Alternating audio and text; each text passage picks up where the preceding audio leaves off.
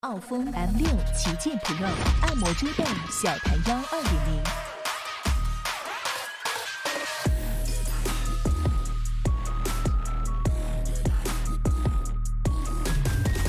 3D 云朵枕，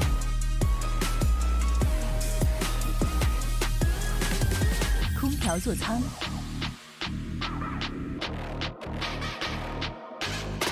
立体机械臂。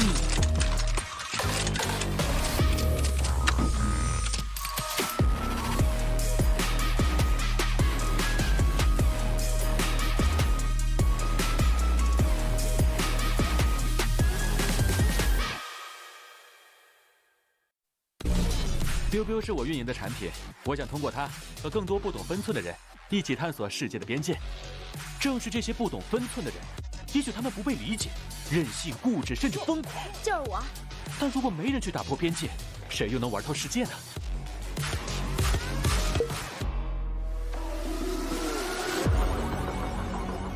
打开微信，搜索公众号“星际老男孩 SC Boy”。这里有每日的直播预告、重要的赛事报道、精彩的视频剪辑、有趣的主播八卦、定期的抽奖福利以及爆笑的节奏和评论。关注 SC Boy 官方公众号，365天每天更新，让你与20万猛男一起更便捷的享受我和黄哥给大家带来的快乐。不要告诉别人哟。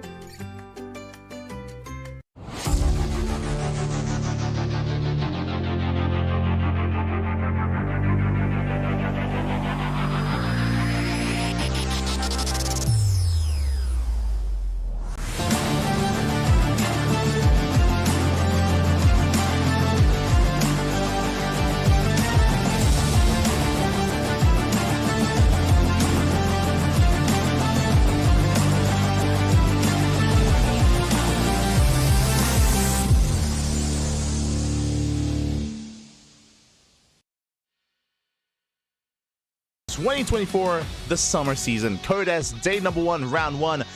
Welcome everyone. I'm of course Show's Live VIP, and that was an intro. Oh, Papi. It's great to be back with WTL. Great to be back with our intro as well. And we have returned after a grueling couple of weeks of qualifiers. For those who are unaware, we've been going through the qualifiers of WTL into Code A, and now we're finally here in Code S. Teams have risen, teams have already fallen, failing to qualify for Code S, and now we have our top teams in the world for World Team League. Here we go. We have our first matchup. It's going to be CranKy Z Gaming versus Team Vitality. Let's go. Oh boy.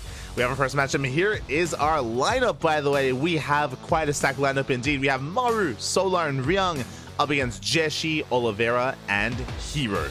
Now, we were speaking about this earlier as we were just covering the GSL qualifiers, so this is our second broadcast of the day. We were going over the matches, talking about how CranKy Z Gaming, they are significantly weaker. They are a weaker team because they've lost one of their top players. They have lost Dark. Dark has left CranKy Z Gaming. He left at the start of the year. He joined Talon Esports for IEM Katowice, and DKZ, they had to replace Dark with someone. They opted to replace him with Su. Su has joined CranKy Z Gaming, but Su is not here today. Su is not here in tonight's matchup. Instead, they're going to be relying on Jeshi. It's going to be a TVP between Maru and Jeshi. And Game 1 is on Crimson Court. As a reminder here, Game 1 has been predetermined by the admins, by the event organizers, and Game 2 is loser's pick. It is a best of 2, and if you're in the chat, predictions should be open. And here we go, we're diving into Game 1. In the bottom left-hand corner, we have Maru for Team Vitality. And in the top right, we have his opponent, Jeshi, for CranKy Z Gaming. Here we go.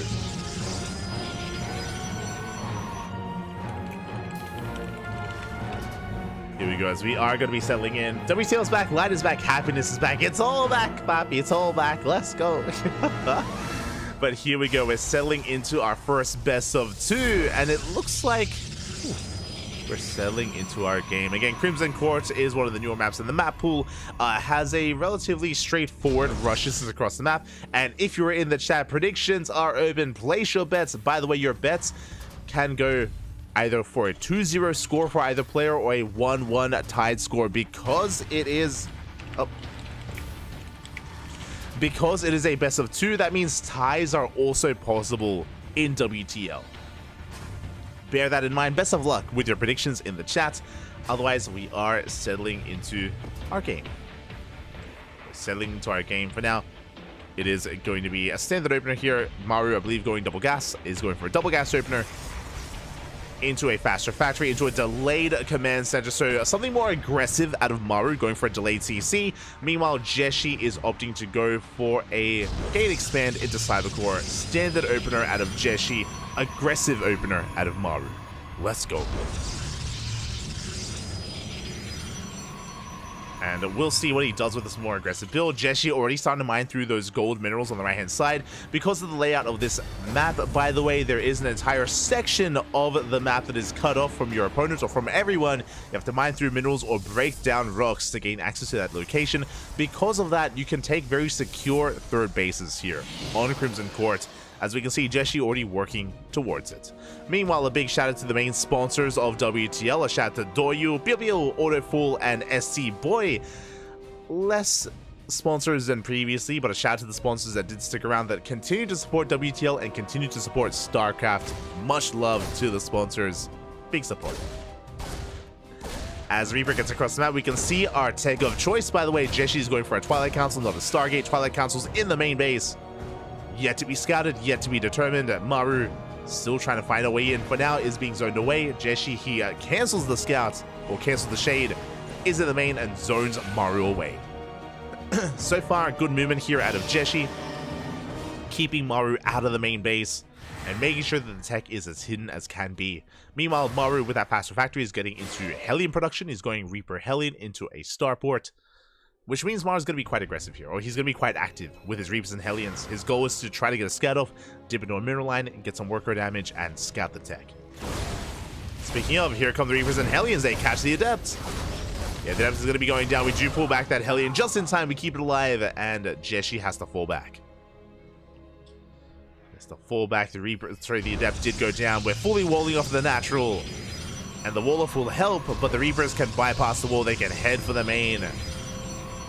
I believe Jeshi should be in position. He has one Stalker, but only one, which means we can bypass it. We head into the natural. We're looking for tech. Ooh, we bleed out one of those Reapers, though. And we get trapped. One probe goes down for 2 Reapers. Not quite worth it yet, but the Reaper slips into the main base, and we get behind the mineral line. With the additional gateways, we are aware of the blink. We're aware of the Twilight Council. Murray knows, and he's going for more probe kills. So far, only getting 1, and it will stay as 1. 1 probe on Adept for 2 Hellions and 3 Reapers. Honestly, that was a better trade for Jeshi. That was a better trade for the Protoss. Jeshi in a good position. Behind this, getting into Blink, working on his third base. We spoke about it earlier. He was already mining through those minerals, and that is because we're rushing into that fast third Nexus. Jeshi looking to get into that mid game with a booming economy. Did open up Blink, but only with a handful of gateways. It was only 2-gate Blink, now throwing down a 3rd gateway, but a very defensive, very economic build out of Jeshi. The pressure is on Maru to get more done. He's moving out with the medevac. Medevac is empty, so it looks like just trying to force an overreaction and scout our opponent. Maru, he saw the lack of additional gateways, so he is just going to confirm the 3rd base location.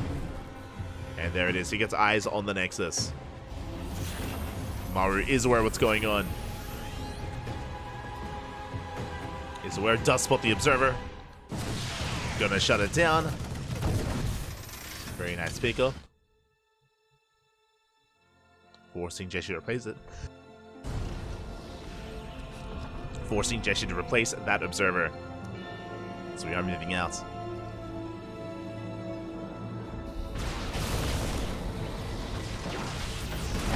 Tank does siege just in time. Stalkers, they're going for the Raven. They don't quite get it. They get a couple of hits in, but the Raven does survive.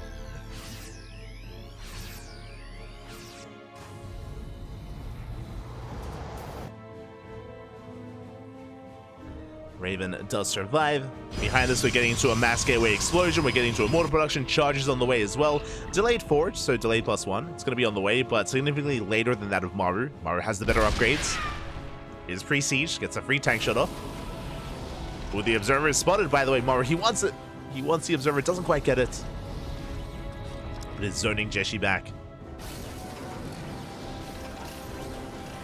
Now, I could be mistaken, but I haven't seen a third CC yet from Maru. I saw additional Raxes on the way, but if there was a third base, I did miss it on the production tab. As Maru is pushing. Scans natural, gets eyes on the Immortals. Jeshi already going to be able to slow down the push. Gets a couple of Marine shots. Gets a couple of Marines. Yeah, boys are being pulled. There is no third CC because it's a 2-base all-in. The boys have been pulled, and what's scary here is that we went Immortal. We did not go Colossus. We don't have splash damage. Jeshi, does he have enough to defend? Can he deal with this? Does confirm those SCVs. No shield battery, no overshot. Oh, no, sorry, there is a shield battery in that wall. We collapse on the armor. We're trying to get on top of those tanks. Nice hold position, nice movement here with the SCVs. We do focus down one of the tanks, but the Marines, they stand strong. They shut down the Stalkers. The Protoss army melts. And with that, Maru, he's snowballing out of control. He's breaking through into the natural base, and there's almost nothing left to defend. There's one Immortal and nothing else. And Maru, he has done it. Jeshi being a little bit too greedy. GG gets called, and Maru pops off with the 2-base all-in and takes game number 1. GG. GG. Maps are a lot more comfortable here for Jeshi as well. We'll see. We'll see how we do settle into this as game number 2 is upon us, and spawning in the bottom right-hand corner, we have a Team Vitality, Maru. And in the top left, we have as opponent, we have for CranKy Gaming, Jeshi. Here we go. And what I will say is that Jeshi was holding his own. He was holding his own. He was doing well for himself, you know, trading with the Hellion Reaper, able to slow down the army as it initially did move out across the map. But unfortunately, again, was a little bit too greedy, was caught with his pants down. We'll see how he adjusts coming into game number 2. As a reminder, this is a best of 2. There is no ace match. Even if Jeshi wins this game, there will not be a game 3. Can Jeshi bring it back? I'm sure very prepared for this scenario. Maru is coming in as the heavy favorite. Maru is the best Terran in the world. It is not an easy feat here for Jeshi to take a game, but he's done it before. He has brought down some big Terran players in the past. He has it in him to cause an upset. And his team, CranKy Gaming, they need that upset as well.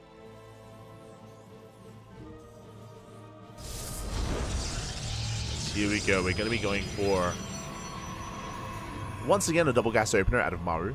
It is going to be double gas from Maru, so once again, that faster factory. We saw that last game, this led into a triple Reaper, double Hellion opener from Maru, and he wasn't able to get much done with it. So I'm curious what he does with this factory rack setup this time. Could go into earlier Cyclones, could go into an earlier Widowmine for a committed Widowmine drop as well. That is also on the table. Or could just go Reaper Hellion again.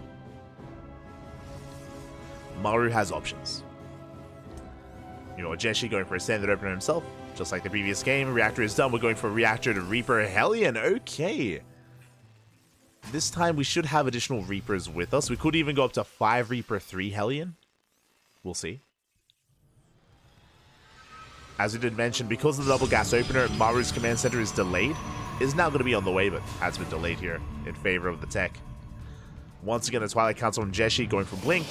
Now, last game, it was a 2-gate Blink opener into a 3rd. This game, I would not be surprised if we go for a 3-gate Blink opener instead, maybe even 4-gate.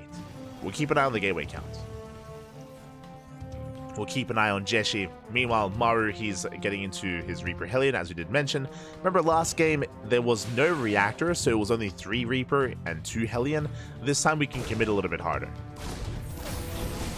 We can and will.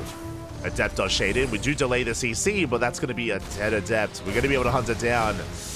Not sure if this was worth it for Jeshi, as he does not get the SCV. Here we go. There's the 3rd and 4th Reaper on the way. There's the 2nd Hellion. And okay, so it's going to be 2 Hellion into Widowmine.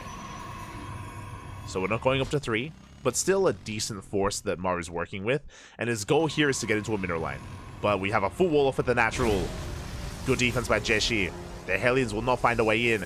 Reapers could try to go up the ramp, try to go up the Reaper cliff, but there is a full wall off as well.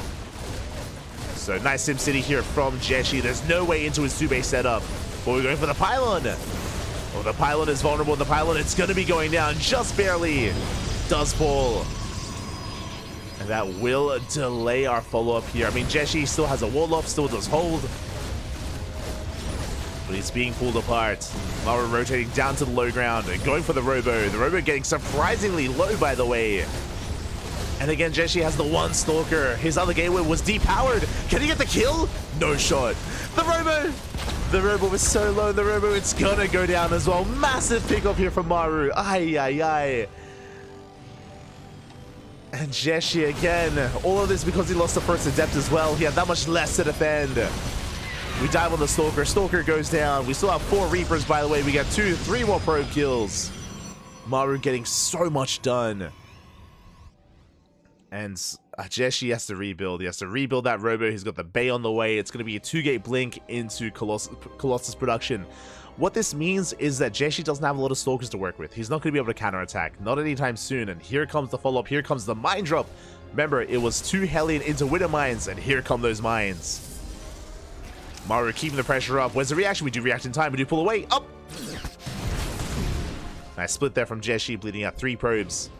Could have been so much worse, but Maru saves the Widow Mines. That's what's scary. That's what's terrifying. The Widow Mines have been saved. They've been preserved. We can go in again for a second wave, for a second drop. Behind this, Maru is getting into his 2-base setup, getting into additional Raxes, tank production as well. There's that Colossus that we spoke about. Again, Jeshi's gateway count is still relatively low. I think he's up to 3 gateways now. He threw down a 3rd gateway, but he should be looking to expand. And there it is. 3rd Nexus is on the way, so Jeshi's just stuck at home, expanding, taking a 3rd base. And Maru, he has map control. He's free to do whatever he wants. He still has Reapers alive as well. And we're already pushing. And because the Robo was killed earlier, this Colossus is late. The Colossus production has been delayed. The upgrades as well. Jeshi is still not recovered. He's still trying to get his footing.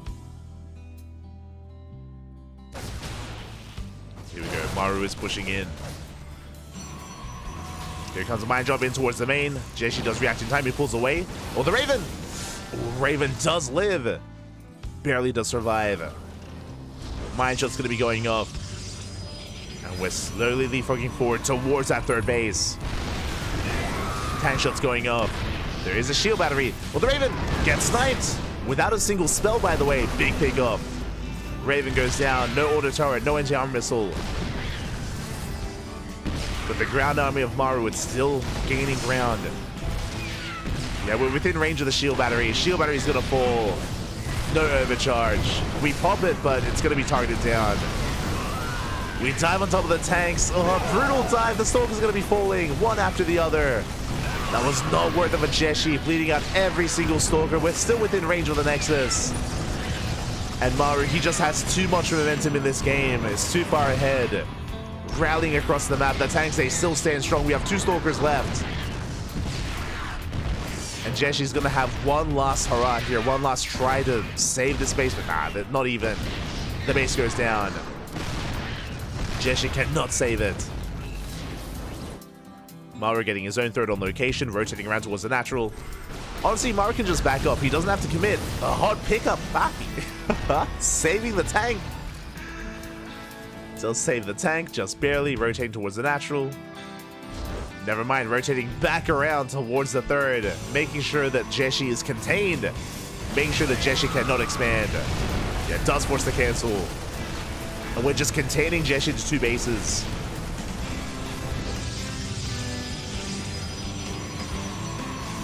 Forced to take a very exposed 3rd instead, taking the center base. Jeshi does have Extento Lance. Oh no, the pylon once again, it's going down. We take down the pylon, we're within range of the Cyber Core as well. Overcharge is popped. Jeshi trying to push out. But he's running into Marauders. The overcharge is putting in some work, but the tank volleys are too much. We're out DPSing the overcharge. The overcharge is good, but not good enough. Not against 4 tanks. As we get hull damage done. Jeshi is just being choked out at this point. Yeah, we take down the final Colossi. They're gonna fall, and that's all we had left. Nothing remaining here for Jeshi. And Maru does it. GG gets called. Maru kicking things off with a 2-0 score. GG. GG, well played. Again, a solid series there. But here we go. We're diving into game 1, and spawning in the bottom right-hand corner of Oceanborn, we have for Team Vitality, Solar. And in the top left for CranKy Z Gaming, it is Oliveira. Here we go. Whew. We have our second best of 2. Team Vitality already starting off with a pretty strong lead, with a pretty strong win. But Maru, he is the ace player of Team Vitality for a reason. And now things gonna get a little bit more difficult here for the team. Can they take it to the reigning world champion?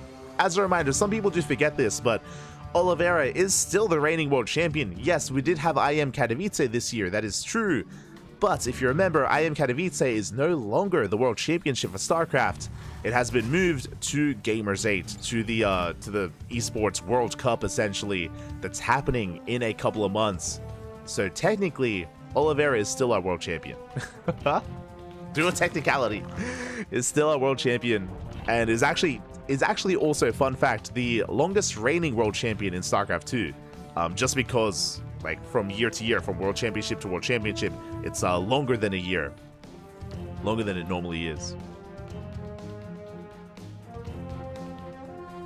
But here we go. We're settling into our next game. I'm also really curious to see how Oliveira plays this out.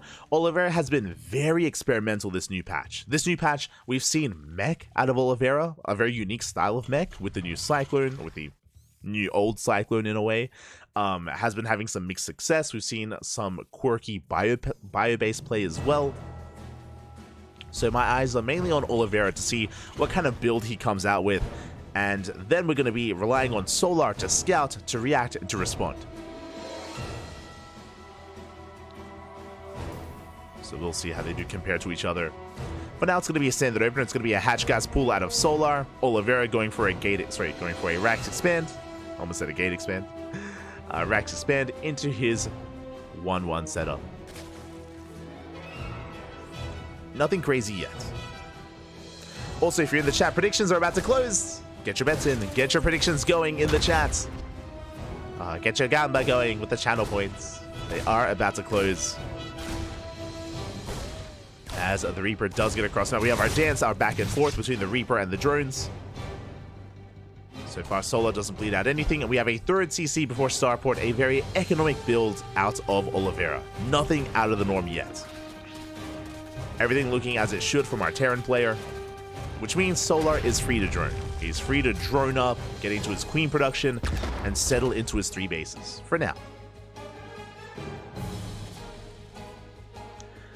Dark was officially a world champion for over a year too in 2020. He was, I believe, as we transitioned from BlizzCon to IEM.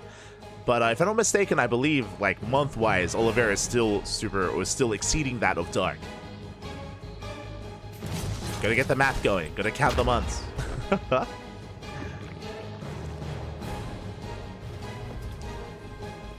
As we have this is, again, 3cc into a starport. We have our tech lab on the way. Should be setting up for an add-on swap to get into Banshee production. To get into our Hellion Banshee.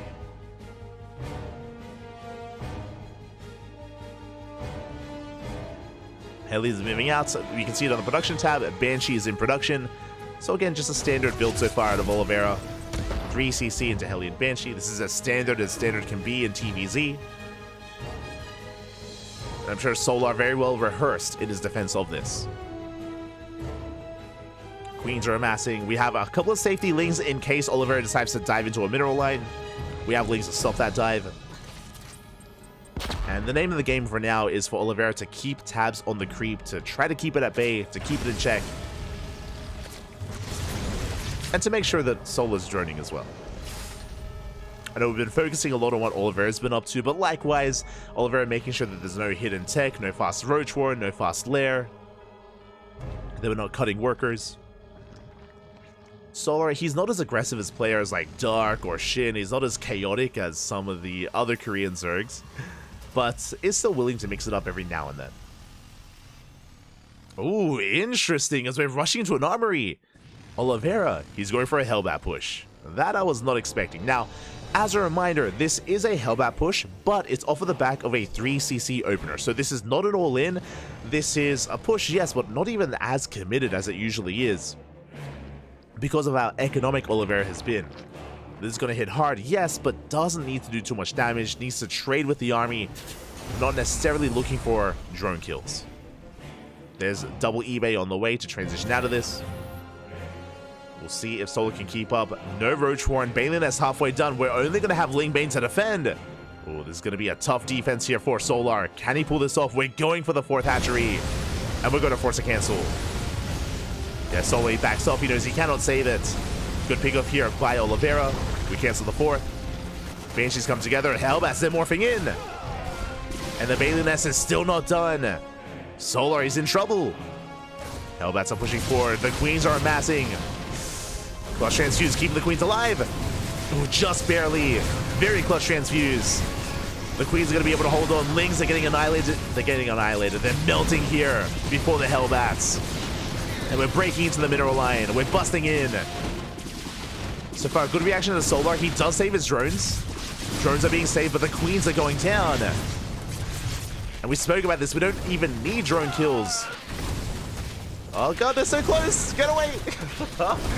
Oliveira chasing them down, but with reinforcements, it looks like we will clean this up. Solar bleeding out 3 drones, but saves everything else. Does save his mineral line. Again, that could have been so much worse. That could have been game. If Solar had lost that mineral line, that could have been game then and there. He does preserve it though. Banshees, they get into the natural. They get a couple of extra drones. We have enough Queens to hold on, but remember, Solar did bleed out a lot of Queens in that defense. He has 4 left. That is enough to inject. There it is. You can see there 5 Queens went down. And Oliveira, he's happily transitioning and happily getting into his 3-base economy. You can see that Oliveira is up in workers. He's got 66 SCVs compared to the 64 drones of Solar, plus mules. Oliveira's ahead. Again, showing that he didn't even need that drone damage to find himself in a good position. Now, the downside here is that Oliveira did delay his upgrades a little bit for the armory push. His E-base was delayed. And now we're moving out across the map, and we're looking to deny that hatchery once again. Now, Solar's double expanding. He desperately does need a 4th. So he's getting a 4th and a 5th base at the same time. One may be cancelled, but the other should finish. As Oliveira does rock up.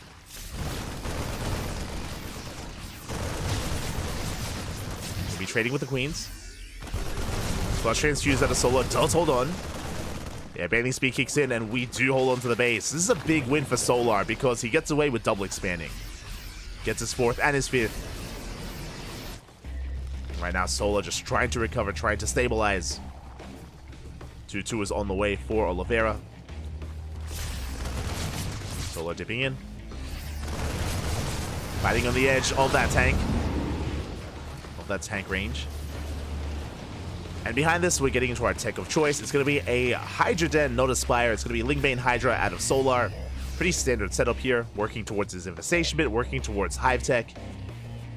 But again, Solar is still trying to stabilize, getting up to his 4-base setup. At the same time, Oliveira is keeping up with the worker counts, with his own 4th. So Solar's not out of the woods yet. This creep is looking solid though. What's important, even though Solar did lose a lot of Queens, his tumors were left alone, so he still actually has quite an amount of map vision on the map itself. A lot of tumors are active. He can keep up with his drop play. Oliveira being forced back. But again, Oliveira, he's on the cusp of maxing out. And with that max out, he's going to be pushing. Now again, thankfully, because of the creep spread of Solar, he's going to be able to engage ahead of time before the army gets close enough to his bases. So the creep is going to be paying off here as we catch the Banshees. Very nice catcher from Solar. Gets one. And here comes the push from Oliveira on that left-hand side. Again, you can see that the creep is lacking a little bit towards this location, towards this area. Oliveira is pushing. This is going to be a tough defense. The Hive is just now starting. There's no Vipers ready for this. It's going to be Lingbane Hydra. Banelings are on the way. Oh! Widowmines do not go off. Oliveira is pushing. Yeah, solid tank line. A good spread as well. We clean up the creep. And we're encroaching upon that hatchery. Solar getting ready for a surround though. Does push in. Takes out some Marauders. Takes down a tank. Again, Solar doesn't commit. He's trying to pull the army further onto creep, deeper onto creep. And there we go. We are going to be collapsing. We do commit. 2 tanks going to be going down, but we don't have enough Lingbane. Oh, that tank on the high ground. Doing so well for Oliveira. Massive tank shots going off. But Solar's holding. The army is still out of range of the hatchery. It's still off of creep. Solar is holding on, and the Hive is done. Vipers are on the way. And that's what Solar needs right now. Needs to buy time for those Vipers. Then he can abduct. Then he can Blinding Cloud. Then he can be more proactive here when it comes to engaging with the tanks. Sick base is denied. Oliveira pushing in. You can see Oliveira refusing to back up. He wants that fourth.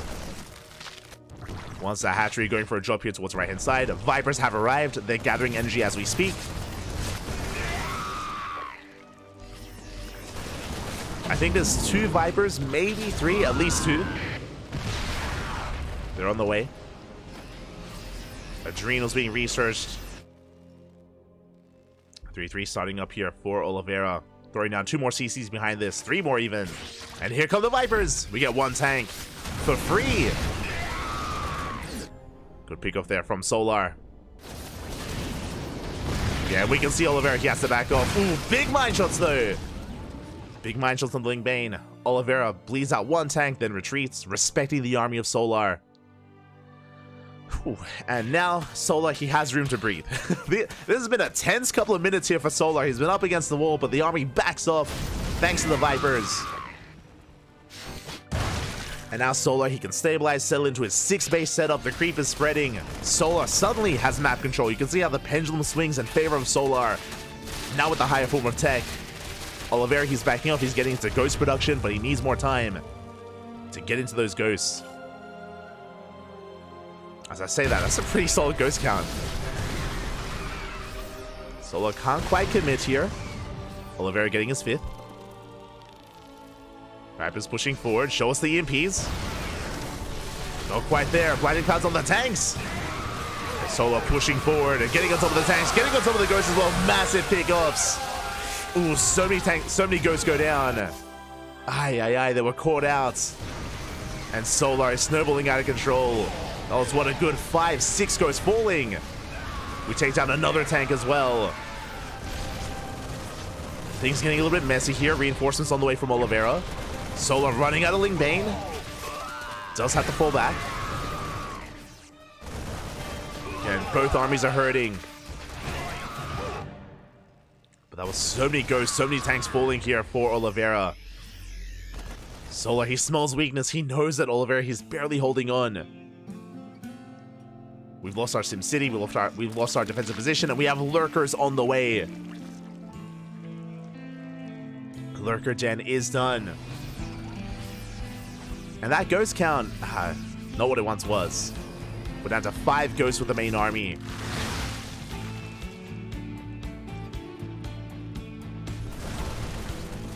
Solar looking to remax, looking to rebuild. And he's on 86 drones. Once again, collapsing on this. The tank is exposed. Don't quite get it though. Force back. Yeah, Solar overextending a little bit there.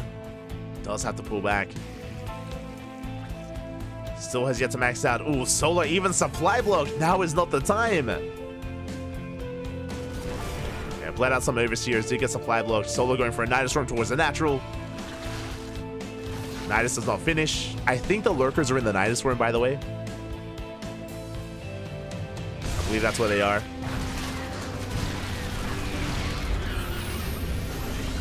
And there we go. Nidus in towards the main. Can Oliveira keep up? So far he is. He has reinforcements. Does keep up with the Nidus play.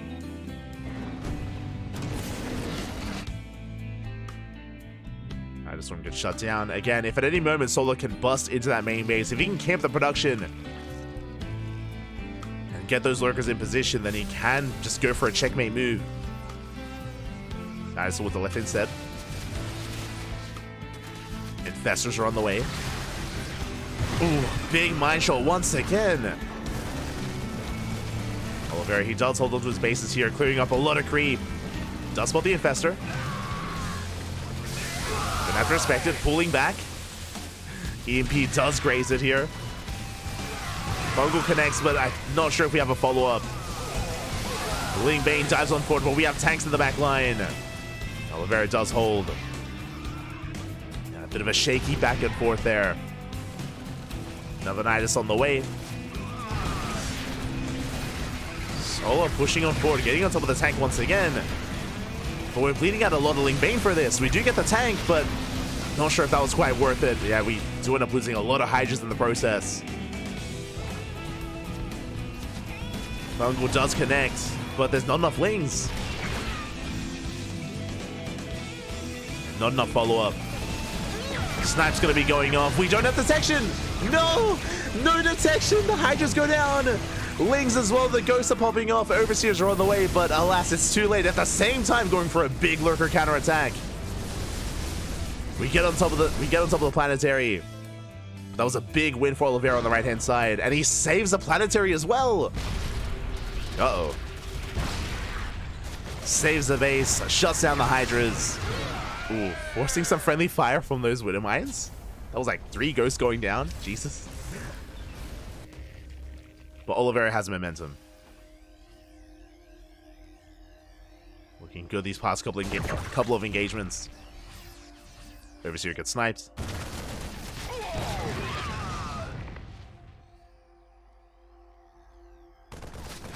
Now, what's scary here is that Solar, he's still stuck on Lingbane Hydra. Lingbane Hydra can be good in the late game if you're able to outposition your opponents and just constantly go for like rotations, back and forth, left and right hand side, outmaneuvering the Terran army, because the Terran army can be a little bit less mobile with ghosts and with tanks. But Solar, he's been committing here on one side a little bit too long, and he hasn't been gaining any ground. Oliveira takes another base. Takes another base, gets on top of the Nidus Worm. Marines go down. You can see Solar now rotating towards the left-hand side. This is the power of Lingbane Hydra, by the way. You can outmaneuver the Terran army, and we catch out so many tanks. Finally, a good trade for Solar. Gets towards that 3-4 tanks towards the left-hand side. Doesn't get the base, but did trade well. But I spoke too soon because Oliveira, he comes in and he snipes a hatchery. Bit of a back and forth. Hatchery falls. Not the most important base for Solar, and he can rebuild. Lurkers, they come back in towards the left, this time without any tanks. At the same time, we catch out some more tanks here on the right-hand side. Oliveira out of position. You can see Oliveira, his ghosts that were dragged all the way towards the Lurkers. He was distracted. Does snipe a lot of Lurkers, that is true. Oh, every Lurker, actually. There's a lot of Lurkers going down. Solar rotating once again. There is no sensor tower, by the way. We do catch another tank. Another 2 tanks, even. And can we get the planetary? It looks like we might be able to, but Solar backs off. Worried about a counterattack. Does pull back, but this is what we've been missing, and which I do appreciate. Solar being a lot more active with his army. Pushing in, gets a Liberator, gets some Ghosts. Does bleed out an Infestor. Does have another in the back line. Hoping to bait out a Fungal. Oh! Does connect! Does graze some of those Ghosts. We do get 1. We get 2. And a 3rd Ghost as well. Not bad. Powerbomb going to be going off, but we cannot push up this ramp. Not into these tanks. The defensive line a little bit too strong. Solar has to retreat. As he retreats, now we get more spellcasters. We have Vipers on the way, Infestors as well. Looking to rebuild.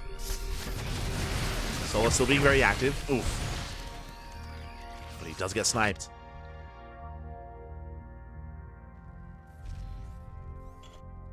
And he was able to cut off the main army from that center base, but he hasn't shut down the planetary yet.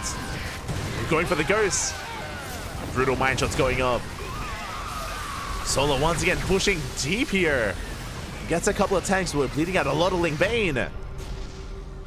And again, this is before we have our Vipers or Infestors. Solar getting a little bit too overeager here.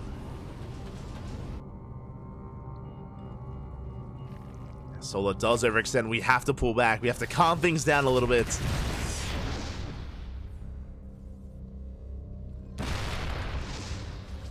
So Oliveira does maintain this position on his 6 bases. What's scary here is that Oliveira didn't lose any SCVs, didn't lose any bases themselves. Drop comes in, takes down another base. And the problem here is that if we're going for a longer, drawn-out split map scenario, that's where Broodlords come into play. That's where the Zerg player ideally has to transition out of this and into something more robust. The Slingbane Hydra composition, it needs to trade. And if we're not trading, then we have to favor the Terran. But here we go, we're going in once again, this time with Vipers. Jubilee caught one of the tanks, but the position is just too strong. Solar cannot push in. Lurker's now finishing up. Solar has to retreat. Does find some tanks here towards the left-hand side. Ghost out of position. We do get 2 tanks, maybe even a 3rd. Oliveira bleeds out of base. Oh, sorry, Solar bleeds out of base.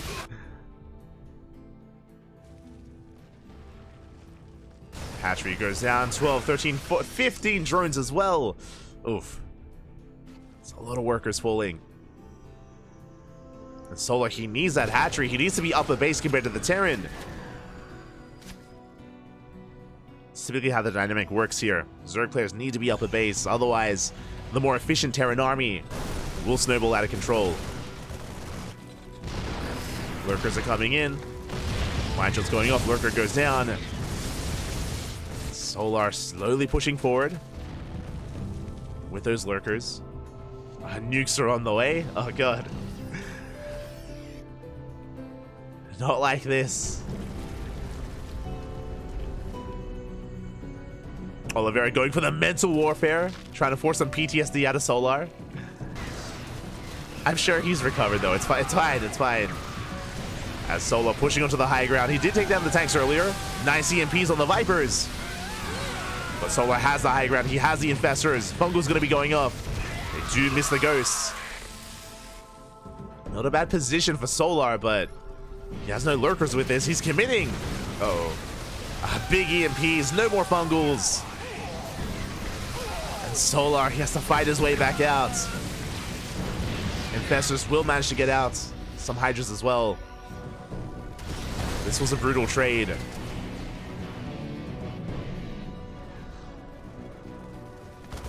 Again, Solar, he finds himself with the high ground, but he couldn't quite do anything with it. Did get some ghosts.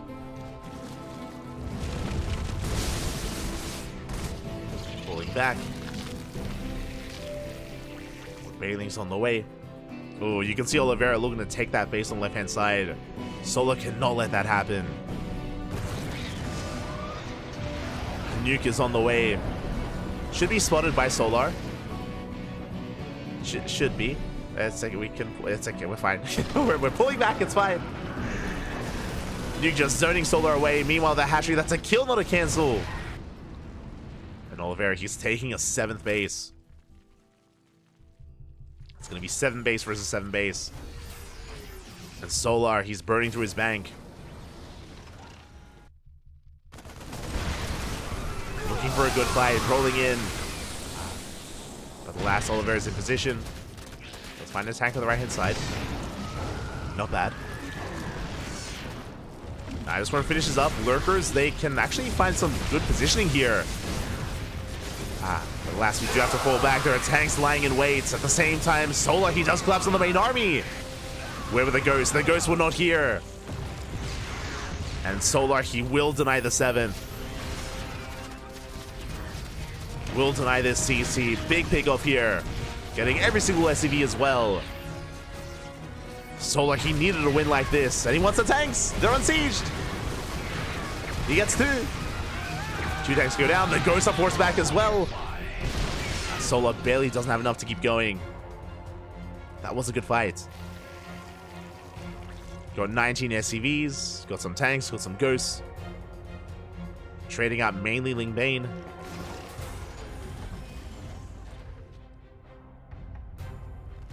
But Oliveira, he's making 3 tanks at a time and Liberators as well. Oliveira, he's outscaling Solar. Now, there's still a world if we can catch the army exposed. We can land a good fungal. But you can see that Oliveira is focusing his entire attention here on the bottom left at that 7th base. Liberation zones have arrived. We have freedom. Yeah, big EMPs on the Vipers as well. No blinding clouds, no abductions. Yeah, we just have a massive siege line behind this. Oliveira, he holds. He does take game number 1. GG. Oliveira fighting back for CranKy Gaming. Whew. GG, well played.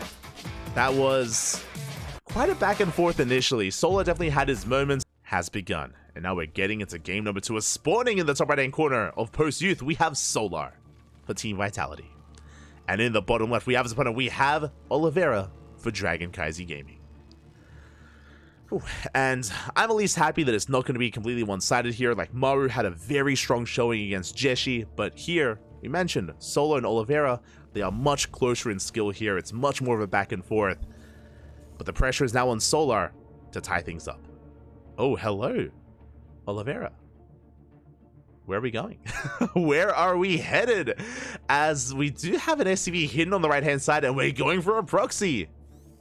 Oh, okay. Now, as we're leading into Post Youth has a lot of potential as a map.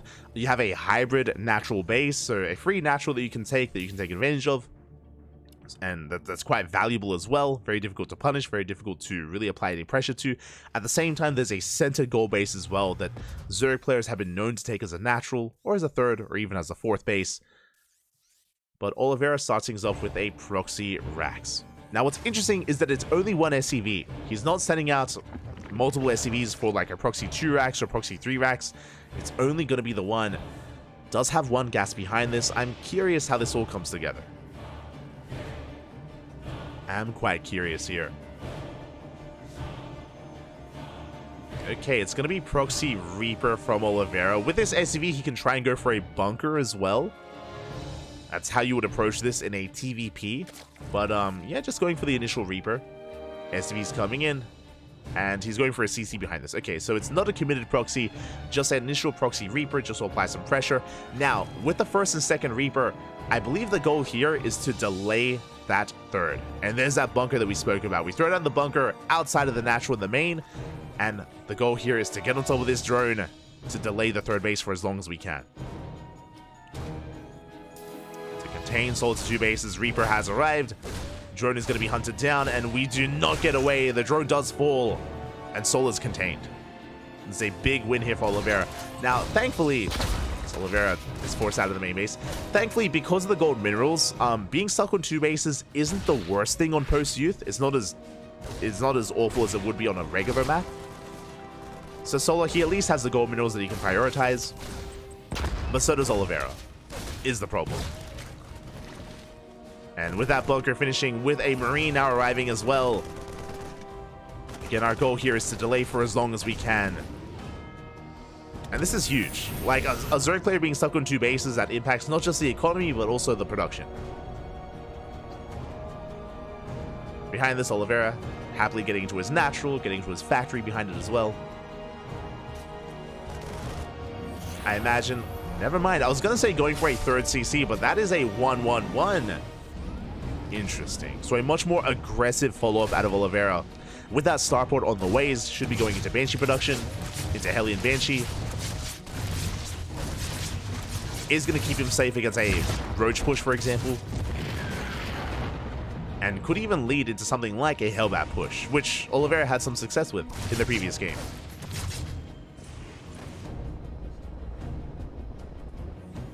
There it is. It's going to be a 1-1-1, followed by the third CC. Starport is finishing. We have the Tech Lab on the way manually, by the way, and we have our answer. It is not going to be a Banshee opener. It's going to be BC. Battle Cruisers are on the way. Oh boy. And there's a lot of room to work with on post-youth with BCs. Overlord is a little bit too far back. We need to get a scout off. We need to get eyes on this to prepare back at home. And we spoke about how without the third base, that doesn't just impact the drone count, the economy, but it does impact the queen count as well. So this is actually really smart from Oliveira. Containing on 2 bases, then going into BCs, knowing your opponent is going to be down in queens. I'm concerned for Solar. But again, it does depend if he's able to get into the main base. If he can scout that fusion core, then he can respond. He can throw down his spore crawlers.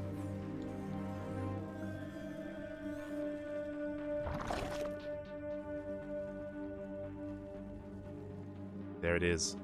Battle Cruiser in production. Solar has no idea. Going for a lair first.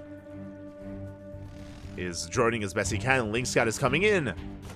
And we do get eyes on the third CC, but we don't get eyes on the fusion core. We did spot the Tech Lab on the starport, so that should trigger some spores. And there it is. Spores are on the way. Whether it's BC or Banshee, Solar's not quite sure, but is getting ready.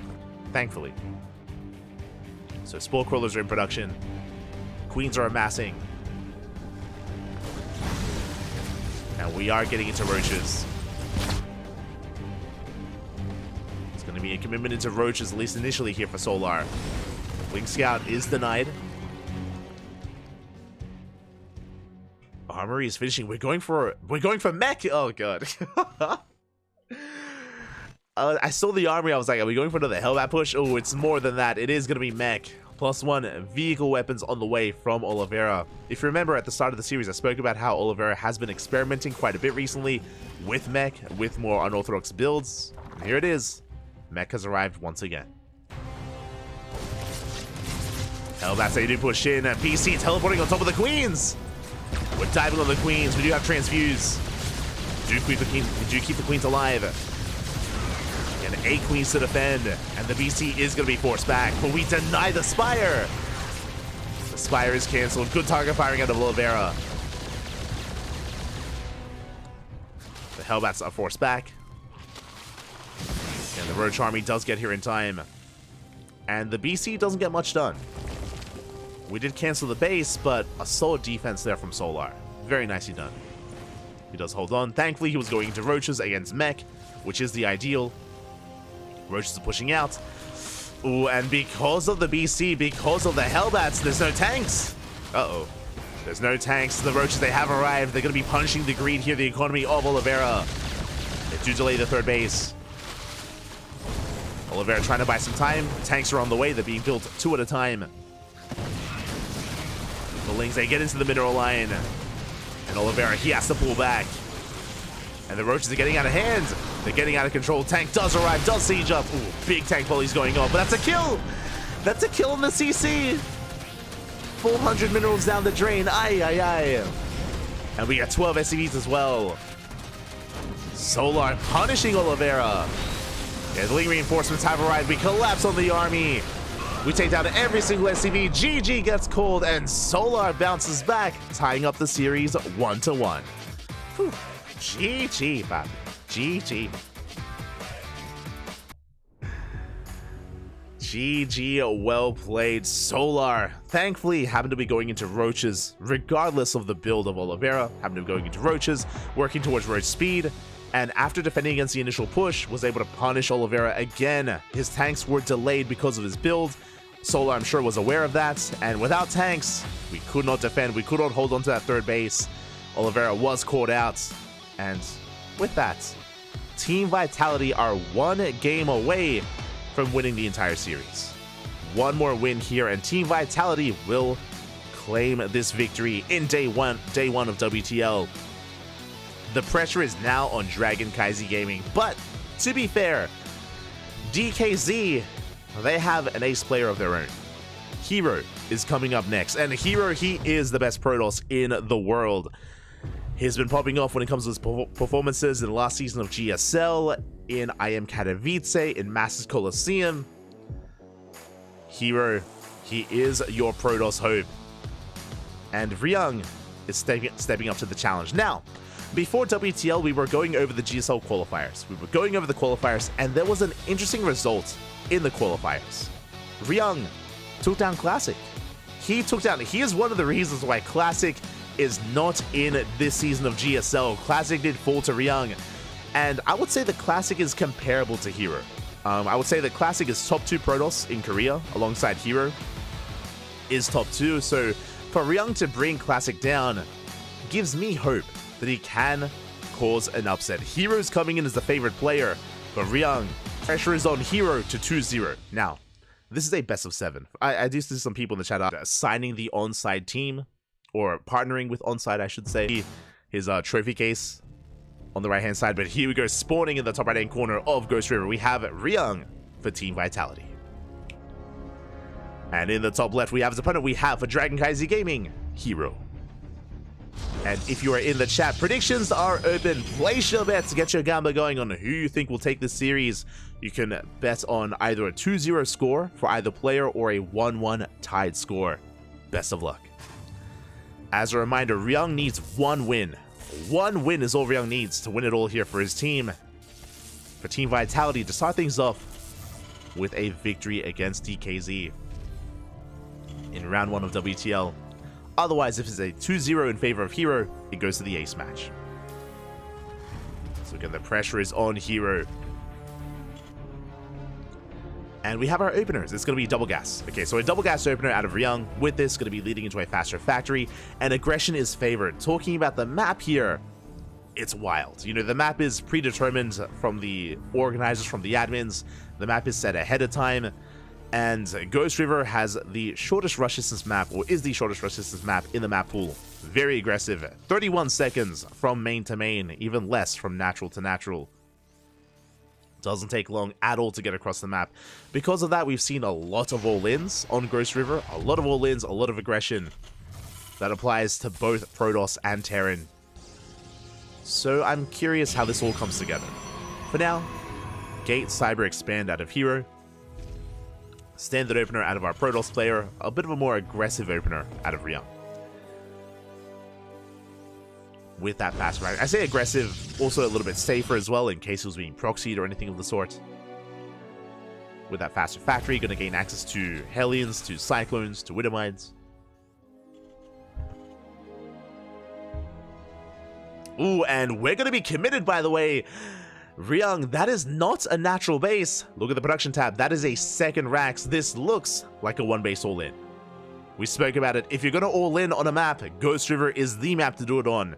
And it's going to be on Hero to scout. It's going to be on Hero to respond. As there is no expansion for Ryung. And Hero, he's going for a Stargate. Uh-oh. That's risky. That's a bold move here by Hero, going for a Stargate opener. Now, this should be for Oracles. I'm concerned if it's going to be Phoenix. Phoenixes, they are not ideal against all-ins. As again, Phoenixes have to lift up units one at a time to actually DPS them down. They can pick off key units like tanks, that's true, but against Mass Marine Cyclone, that I'm not so sure about. And we are amassing Marines as we speak. The scout is denied. Hero does not get into the main. For all Hero knows, there could be a CC in the main base on the high ground, just out of range. Going for the add-on assault, we're rushing into tanks. Yeah, Tech Lab on the factory, tank production is commencing. And we're going to be pulling the boys with this. Like, just a straight-up one-base all-in out of Ryung. Oh boy, and Hero still needs to piece it together. He's going for the Oracle first. Now, with this Oracle, he will scout. He will get across the map, he will confirm. But by then, it's going to be too late. Now, we have some safety shield batteries on the way. We have 2 shield batteries in production for Hero. 1 in the main, 1 in the natural. Just a very safe setup here from Hero. No big sign, though, that he's aware as he's going for those Phoenixes. Oh boy. It bleeds out an Adept as well. This is dangerous. Every unit counts. Every unit is so important here against an all-in. Every unit is so precious to Hero. Oracle goes in, now we know. We scout everything in the main base. We confirm the 2-on-1, or the 2-Rax 1 factory setup. We get a couple of SCVs. Immediately, gateways are on the way. You can see here on the production tab, Hero throws down 2 more gateways. He needs a ground army. We need Stalkers. We need everything as we take down the Oracle. The Oracle goes down. Ay, ay, ay. No Pulsar Beam, no Stasis Trap, no nothing. And Ryung, he's going. He's pushing. The boys are on the way as well. The boys are being pulled. The all-in is upon us. And can Hero hold? He has 2 Phoenixes on the map, and they're not going to do much. They can pick off like a couple of SCVs, I guess, but it doesn't really matter. We have Adepts to defend. We have another shield battery on the way. The first shield battery goes down instantly. Overcharge is popped, but we're getting within range. We're edging ever closer here into the natural. And the shield battery is going to go down. What do we have to defend? The Feasts, they come back home. They're going for the lift. They're going for the tanks. They get 1 tank and 1 Cyclone, but it's not going to be enough. We spoke about this. This is why Feasts are not ideal against all-ins. They get shut down immediately. The Feasts fall. The tanks, they stand strong. Now Hero, he's buying time. He's buying time. He has preserved his Adepts. And we pull the boys. It's all or nothing. We either defend or die trying. We commit to the shade. We pick up a tank. Marines are going down. The Adepts. Can we clean this up? We cannot. Ryung has too much. The 1 base all in. It does work. You can see Hero shaking his head on cams. He knows he has been broken, and Team Vitality will be taking this. The first game, the first series of WTL this season. we don't even... Ryung being safe, throwing down an eBay, don't even need it, but does create a choke point here and make it more difficult to push towards the natural. eBay's on the way. Tanks, they leapfrog forward as well. Natural goes down. We have a Void Ray, but it can only do so much. Void Ray getting so low. And again, Ryung, his economy is solid behind this. The Void Ray goes down. GG gets called, and Ryung, he does it. He takes game 1 against Hero, and Team Vitality will take the series. GG. GG, well played. Again, Hero, it took him a little bit too long to realize what was going on. Not just... You just need to know that Team Vitality won. They won, Bobby. They won. So we are just setting up here for game 2. Dynasty is going to be an interesting one. Dynasty, of course, is a map with a Pocket Gold base. As a Pocket Gold can be quite influential as well. Can be risky to take, but you can snowball out of control with it. And here we go. We're loading into game 2. And in the bottom left-hand corner, we have Ryung for Team Vitality. And in the top right, we have his opponent. We have Hero for CranKy Z Gaming. Again, Ryung coming with a very specialized all-in in game number 1. And that's the power of WTL, you know? Ahead of time, the players are aware of the map. They can prepare. They can prepare some specialized builds, some specialized all-ins. They come in with a plan. And Ryung was able to come in quite prepared in that first game. And again, now there's a little bit less pressure on Ryung coming into game 2. If you missed it, I did mention that even though we're playing game number 2, Team Vitality, they've already won the series. We're just playing this out for map score. It can influence and impact overall standings when we get into the playoffs. Likewise, it is also going to influence the individual ranking of Hero and Ryung as well, as player ranking is going to be, or is adjusted depending on how many wins and losses they get as well. So still something on the line.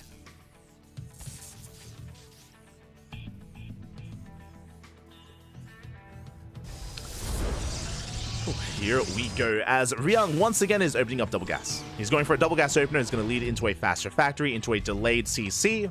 I should emphasize as well that because it's double gas, technically this could lead into a 1 base all-in, which Ryung did flaunt earlier in game 1, so that's going to be in the back of Hero's mind. It shouldn't be a 1 base all-in, but clearly anything is possible. Hero being a nuisance with that probe in the main base does confirm the factory, at least. But the Reaper's on the way, and the Reaper should hunt down this probe, but we have the recall. Hero will save it. And we'll see where Ryung takes us from here. If he goes into a delayed CC or into another Rax. Meanwhile, back at home, Hero opening up Gate Cyber Expand, standard opener out of Hero, and this time, Twilight Council. Thank God. We're not going for a Stargate opener this time, it's going to be a Twilight Council instead from Hero. This will be for a Blink-based opener instead. This is much more robust, a much safer way to play from Hero. Which makes sense after game 1. Doesn't want to get caught out. Doesn't want to get caught with his pants down. Now, meanwhile, looking in the main base of Ryung, we have a CC on the way, so it's not a one-base all-in. It's going to be a delayed command center here, and Ryung with his factory is going into early Widowmine production. So this is going to be leading into a Widowmine drop. Widowmine drop followed by the expand from Ryung. And Hero is opening up Blink. Now, the question becomes, for Hero, how many gateways? This could be a 2-gate Blink build, 3-gate Blink, or even 4-gate Blink. Depending on how many gateways, will depend on how aggressive Hero plans on being. There we go, 2nd gateways on the way. So we'll keep an eye on his production, on any additional gateways. Robo's being thrown down behind this. So far, everything's looking standard from Hero, just 2-gate Blink. And it looks like Hero, he's going for the expand, he's going for the gold. Okay. Or at least he has his pylon set up there. As Hero is settling into his 2-base setup, he moves out with his Adepts. Ryung, we spoke about earlier, is going for a Widowmine drop. Medevac has arrived, and the mine drop is moving out across the map. We do spot the Adepts. Likewise, the Adepts spot the Medevac. So Hero, he's aware that Widowmines are on the way, or at least a Medevac is on the way across the map. Ooh, Ryung trying to catch out those Adepts. Okay. Ooh, but we don't wall off. We get a full scout of the main base. Hero does get eyes on the 111. Does get eyes on the production. And of course confirms the CC on the low ground. He's aware it's not a 1-base all-in. And Hero is going for a 3rd. So it was a 2-gate Blink opener into a 3rd base. Hero getting into the mid-game. A much safer economic build out of Hero. Getting into a 3rd. Widowmine drop didn't commit across the map because it got scouted, for those that are curious. The reason why Ryung dropped the Widowmines where he did was because he got scouted, and he respects Hero enough to know that he would be ready back at home, so doesn't risk it. Trying to catch those Adepts instead.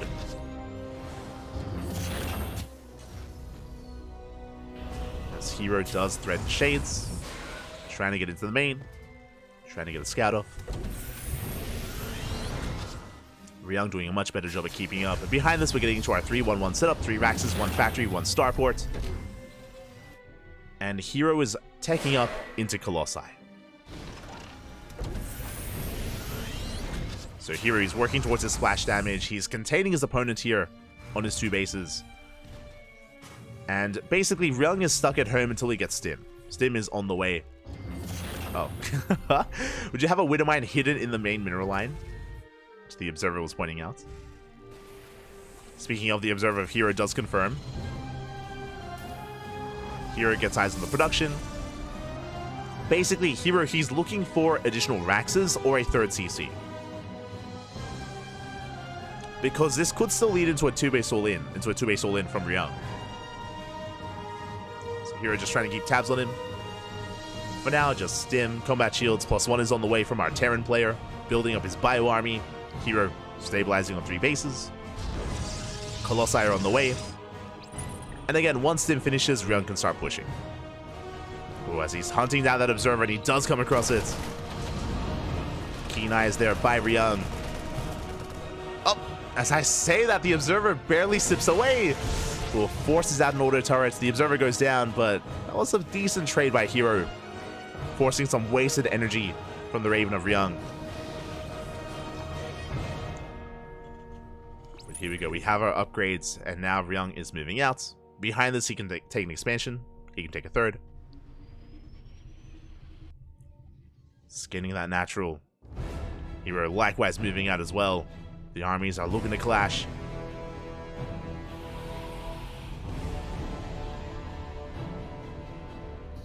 Ryung skirting around the edge of the map. His army is spotted by the Zealot. Big scout there by Hero. He's aware of Ryung's location. He's moving out. Trying to catch him on the ramp. Likewise, Ryung spots the main army of Hero. He's pulling back. So we have a bit of a back and forth here. Trying to find a way through. Ryung picking up, going for a Doom Drop. There is an observer in position though. As Hero rotates over, he gets eyes on the drop. Does spotted, does react in time. Ryung knows he got spotted, he pulls back. And again, both armies trying to outposition each other.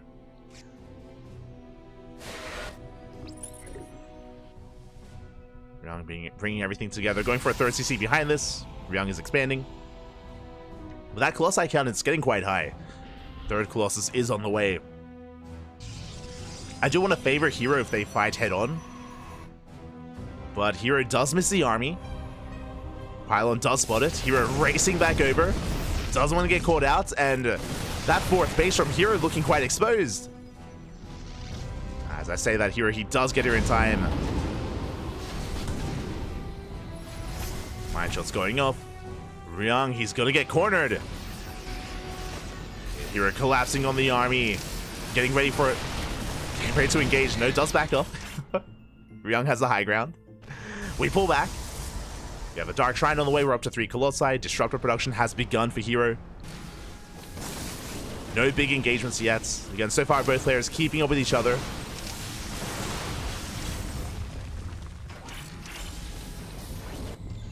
As Hero, he's going for a bit of a split push, sending out a big Zealot run by, but he gets caught out. Yeah, a lot of Zealots going down. Hero coming in from the right-hand side. It does avoid most of those mine shots. Ooh, but they connect with the sentries. That's 4 Colossi, by the way. Jesus. That's a lot of Colossus. That's a bit overkill. And here we go. We are committing. We collapse on top of the tank. The Widow Mines were cleaned up. The tank goes down. Ryung, he doesn't want to back off though. Gets the anti-armor missile on the army. Diving on top of the Colossi, but the Zealots, they're going ham. They take down the bio. And we pick off a couple of Colossi, but Hero, he does stand strong. Again, he was able to clean up the Widow Mines and the tank ahead of time before collapsing on the army. And now, Ryung, he doesn't have the backbone. Doesn't have those factory units to support himself, to anger his army. No tanks, no Widow Mines. Mine shots going off. Zoning him back.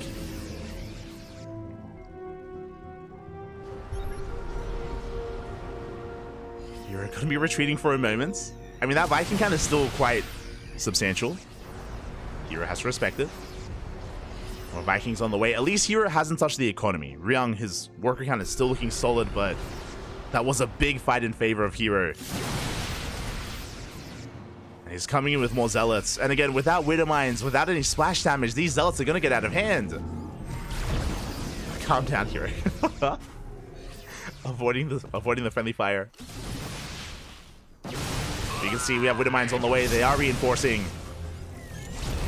But Hero, he has the better angle. Chipping away at that third base. And behind this Hero, he's taking a 5th. His economy is out of this world, and that's reflected in the supplies. Hero, he's maxed out at 200. Yeah, and he's just asserting himself here. There's no pushing into this.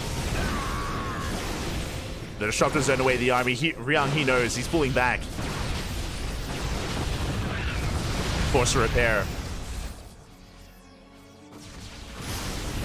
Disruptor coming in for a flank. Up!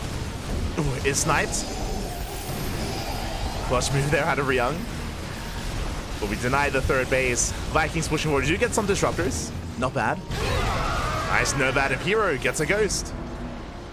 That's 14 SCVs going down. And Hero, he just has an overwhelming economy.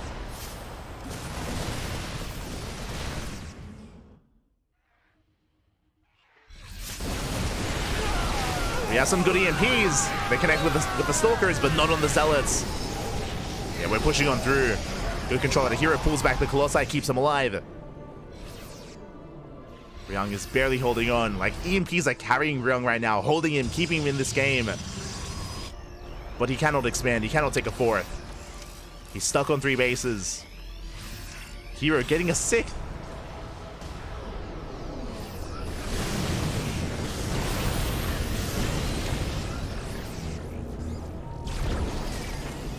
getting a 6th base, and we have a massive DT run by coming in from behind. We're headed for the mineral line.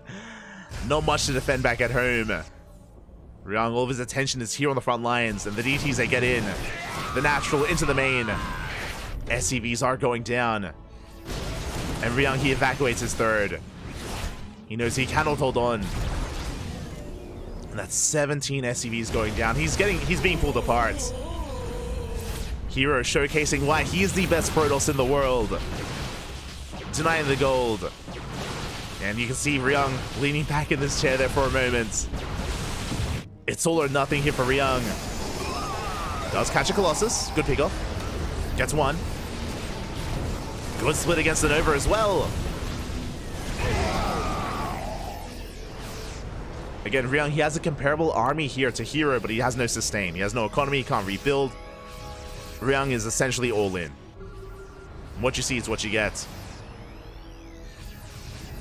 The one good fight is all he's hoping for.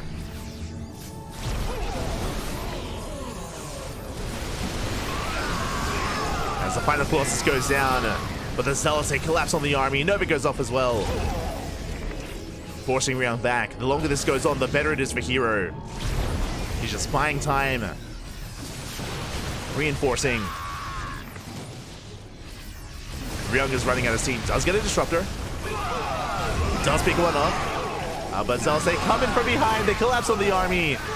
We blink on forward as well, and Ryung, he has nothing left. GG gets called, and Hero will tie things up 1-1, redeeming himself here in game number 2.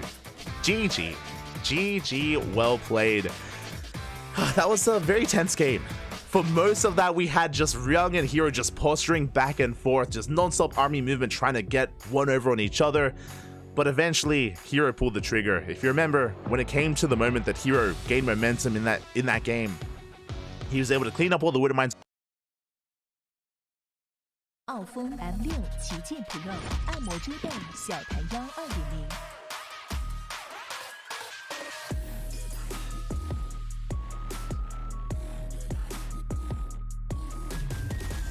3D 云朵枕，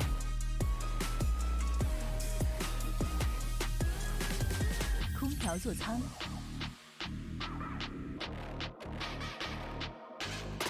硬地机械臂。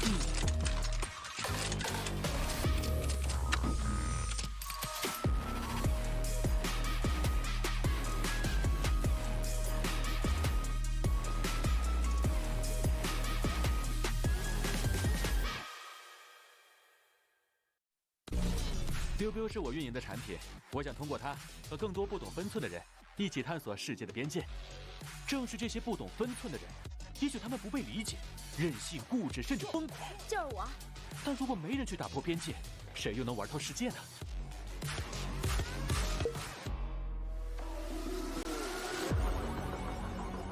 打开微信，搜索公众号“星际老男孩 SC Boy”， 这里有每日的直播预告、重要的赛事报道、精彩的视频剪辑、有趣的主播八卦、定期的抽奖福利以及爆笑的节奏和评论。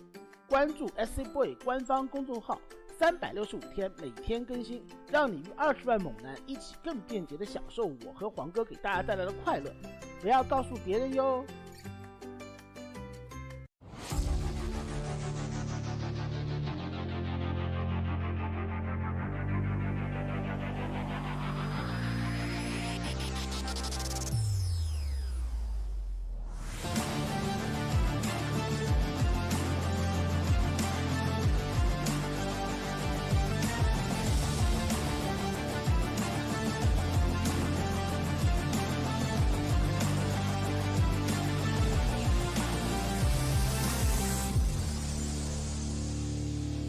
Really prove as to why he was picked up by Berserker, and that's going to be a spicy series. I'm looking forward to Scarlet versus DNS. I'm looking forward to that. I mean, all of them really. Hearthstone usually would listen in French or in Korean, for example. I did see some Korean viewers on our YouTube stream as well. I do know that we don't have any Korean coverage this week either, but regardless, we're here for our next matchup. And I'm excited. When it comes to Hearthstone versus Battlebee, I think it's going to be quite close. Hearthstone, he is an amazing player, don't get me wrong, but nowadays he's been focusing a lot more on content, right? Like Hearthstone has been focusing more on on his YouTube channel, on his videos, and to be fair, like he's been popping off, he's been doing very well for himself when it comes to his content creation. But that does mean that, you know, other players can creep up and, ooh, it looks like we're going to be moving things up. Okay, so we had a bit of a delay to start the series, and we see why. We're going to be skipping on forward, and we have Bjorn versus Kung Fu Panda up first. Now, what this usually means, and we're going to be restarting predictions and stuff, but Bjorn versus Kung Fu Panda, this usually means that either Hearthstone or Battlebee wasn't available, and they're pushing that series back. They're pushing back Battlebee and Hearthstone, giving them time to show up. So fingers crossed, hopefully both Hearthstone and Battlebee are able to get here in time to play out their games. Their match is going to be postponed until they show up. If they don't show up, there's going to be a walkover. Hopefully that doesn't happen. Hopefully that does not happen as we're getting ready for our Terran versus Protoss. I think I'm nailing it so far. Este Papa Panda. Currently Pablo is in the lead. Oh, I haven't looked at the predictions yet. I don't think our graphic is quite working for it at the moment.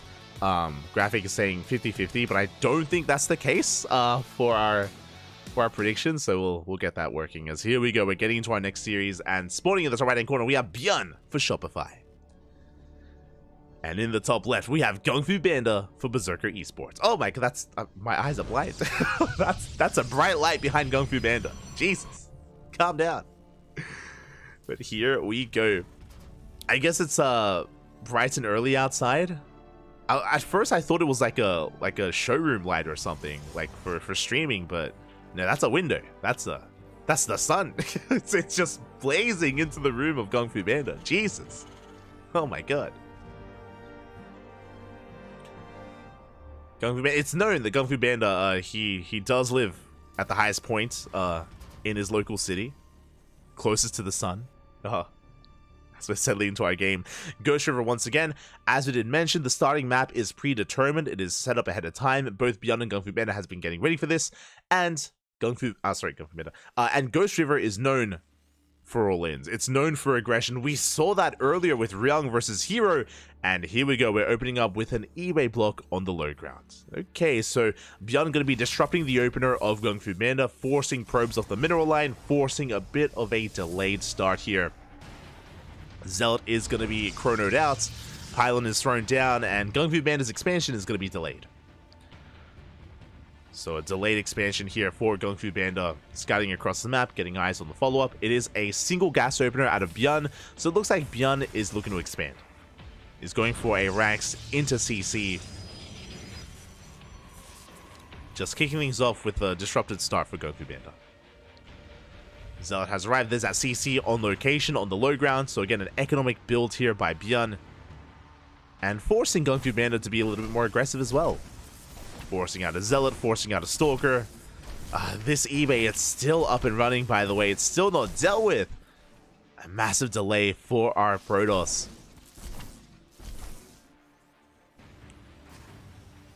Ooh, and that's an interesting follow-up. Bjorn going for a second Rax, and we may opt to go for a third. Remember, Bjorn, he's still only on one Gas Geyser, so this could be a 3 Rax. And I would actually quite like that on Ghost River. Okay, there it is. There's that third Rax. Okay, so we can talk about this. So a 3 Rax, it used to be very meta. 3 Raxes used to be very common in this matchup, and then it fell off with the rise of Blink Stalker play and Blink Stalker based builds. 3 Raxes are ideal against Stargate based openers. That is not going to be the case for Kung Fu Panda, but basically a 3 Rax is a stim timing. We're going to be massing Marines, quite a hefty Marine count as well, and moving out with stim. This is not an all-in, bear that in mind. You do transition out of this into a CC, into your factory, into your starport, but it's a pretty strong bio timing from the side of Bjorn. And if Kung Fu Panda, if he's too greedy, because he's trying to catch up, if he cuts too many corners, if he's too greedy, then he can be caught with his pants down. Bearing in mind as well that the rush distance by ground is quite short on this map, and the push from Bjorn is going to hit quite hard. Here we go, Kung Fu Panda gets across the map with his initial Zealot and Stalker, applying some pressure to the bunker, but the bunker does stand strong. Bjorn is perfectly safe back at home, and Kung Fu Panda has to back off. does have to back off. Blink is on the way. It is going to be a Blink-based build out of Gung Fu Panda. We'll see how many gateways he throws down. If he sticks with 2 gateways and he goes for a third, Gung Fu Panda may just die. But thankfully, 2 more gates on the way. It's going to be 3-gate Blink, at least 3-gate Blink from the Protoss. Meanwhile, a big shout out to Dave Testa Papi. Oh my god. A big shout out to Dave in the chat. Thank you so much for the 500 bits. Accidentally spent a lot of money on bits last night. Oh, you're an animal. But thank you so much. Much love to Dave Tesla. For those who are unaware, Dave Tesla, he's a fellow community caster and fellow content creator as well. He is one of the minds behind the KSL. Speaking of, KSL is tomorrow. The Korean StarCraft League is going to be taking place tomorrow in the afternoon. So do look forward to that. Do look forward to casting together. Best of luck. And here comes that Stim timing. Stim is finishing up in a couple of seconds. Bjorn gets across the map. The hallucination will confirm this. And Gung Fu Panda does respond. Thankfully, he did open up 3 gateways, so he does have some extra warp-ins. Does have some extra units. That's a lot of Stalkers. Blink is almost done.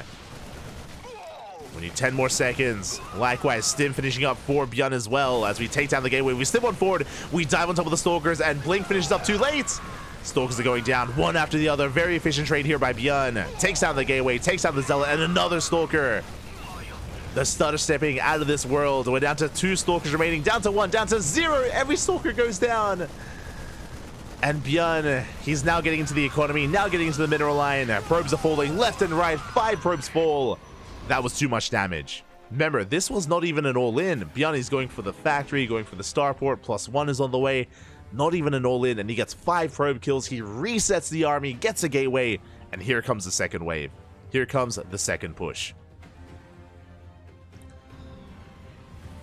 Gung Fu Panda, he's not out of this yet. Thankfully, he has a 3rd base. He can recover, but he needs time. He needs time to recover. You can see here he has no shield battery. He's down to 3 Stalkers. And Bjorn, he's already here. GG gets called. Gung Fu Panda has nothing to defend. Not enough. And Bjorn takes game number 1. Whew. GG.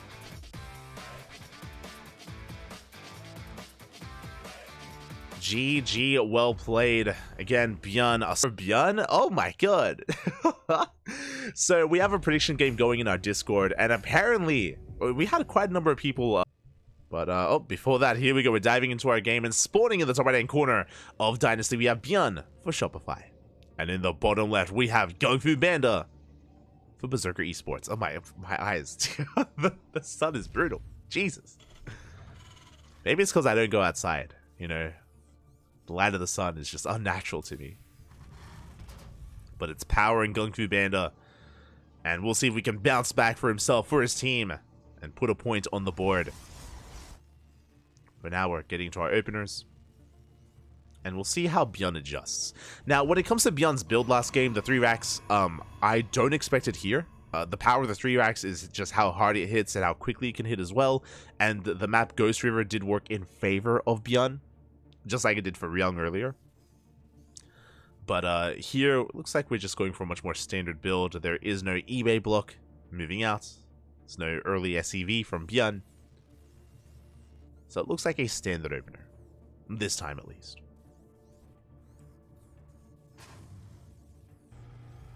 Rax is finishing up. There's no SEV out on the map. We can see Gung Fu Panda being an annoyance, tasing away that SEV. And Gung Fu Panda going straight for that Nexus. Okay. So gate expand here from Gung Fu Panda. Is that a gate expand before Cybercore? It is. Okay. So gate expand before Cybercore. Very greedy build out of Gung Fu Panda here in game 2. Meanwhile, Bjorn going for a Rax expand himself. And he's going for the gold. Bold move. Bold move by Bjorn. Now, there's a reason why Gung Fu Panda did not go for the gold base. And that is because this gold base on this map can be very exposed. It's very exposed, it's very vulnerable, and it can be abused. Again, it is exposed to the elements of the rest of the map, so a range-based unit like a Reaper, like a Hellion, like a Marine, anything that shoots or that is ranged can deny mining at that gold. So Gung Fu Panda, he's avoided it. For Bjorn to take that gold base is, again, very ambitious. I say that because it goes both ways. Protoss players with Stalkers, with Adepts, they can likewise harass that mineral line as well. It depends on who has map control. Speaking of, that is not a starport. That is a second Rax. Bjorn, he's setting up for a 2-1-1. He could even go for a third Rax before starport as well. My eyes are on Bjorn. Very aggressive build. Regardless, whether it's a third Rax or not, very aggressive build here out of Bjorn as a follow-up. Again, by delaying this starport, we're going to be working and building up a hefty bio army first and delaying that medevac production. Tank is already on the way. This looks like a setup for a 2-base all-in. But I might be getting ahead of myself. Regardless, this is a very fast tank here by Bjorn. Meanwhile, it's going to be a Twilight Council opener from Gung Fu Banda. Working towards Blink. Tank is on the way. Second Rax has completed. Bjorn is setting up back at home. Gung Fu Banda going for the proxy pylon. Looks like he's setting up to reinforce across map to punish this gold. We'll see if Bjorn can hold on to it. Now, with a fast tank, we're actually going to be able to get within range and protect this mineral line. So very, very specific build here by Bjorn, recognizing how vulnerable this base is and adjusting as a result. Blink is finishing that 3 gates on the way. It's 4-gate Blink. Uh-oh. 4-gate Blink out of Gung Fu Banda. He is going to be aggressive. He's going to be in the face of his opponent. Does confirm mining here at the gold. And with 4-gate Blink, we can commit. We're going to be looking to break the natural or break the main. And we'll see if Bjorn can hold. Now, with his early tank production, he's in a good position overall. And there it is. Third Rax is on the way before the starport. Now, what this means is that if Gung Fu Banda doesn't get enough damage done, Bjorn is going to have an insane counterattack. Like, he's going to hit so hard with this. Such a late starport here by Bjorn. Again, just prioritizing Marines, tanks. Stim is on the way. Really fast Stim, actually, from Bjorn. But no bunkers. As a reminder, Bjorn didn't scout. Bjorn, without a Reaper, without a Hellion, he did not confirm the gate count. So he doesn't know the build that Gung Fu Banda is bringing here on Dynasty. Doesn't know how aggressive Gung Fu Banda is about to be. Without bunkers, these tanks, they're a little bit more exposed. Gung Fu Banda can focus them down. And we're going in. We're going for the dive. We blink on forward. We dive on the tank, and the tank does go down instantly. Marines are being targeted as well. Stim is not done, by the way. Nice hold position micro out of Bjorn. Making the best out of a bad situation, but that's so many SCVs going down. And Gung Fu Banda, he's reinforcing behind this. He is committing. The tank does reposition, but we take down the depot. Gung Fu Banda is taking the third. He's expanding. He's not all in. And that was a good start. Gung Fu Banda getting 7 SCVs, getting a tank, Marines. And now we can rotate over towards the right-hand side. And there's no tank. Remember, the tank did move over towards the gold. It's not in the main. Yeah, the depots are exposed. They're going down. Bjorn getting pulled apart here.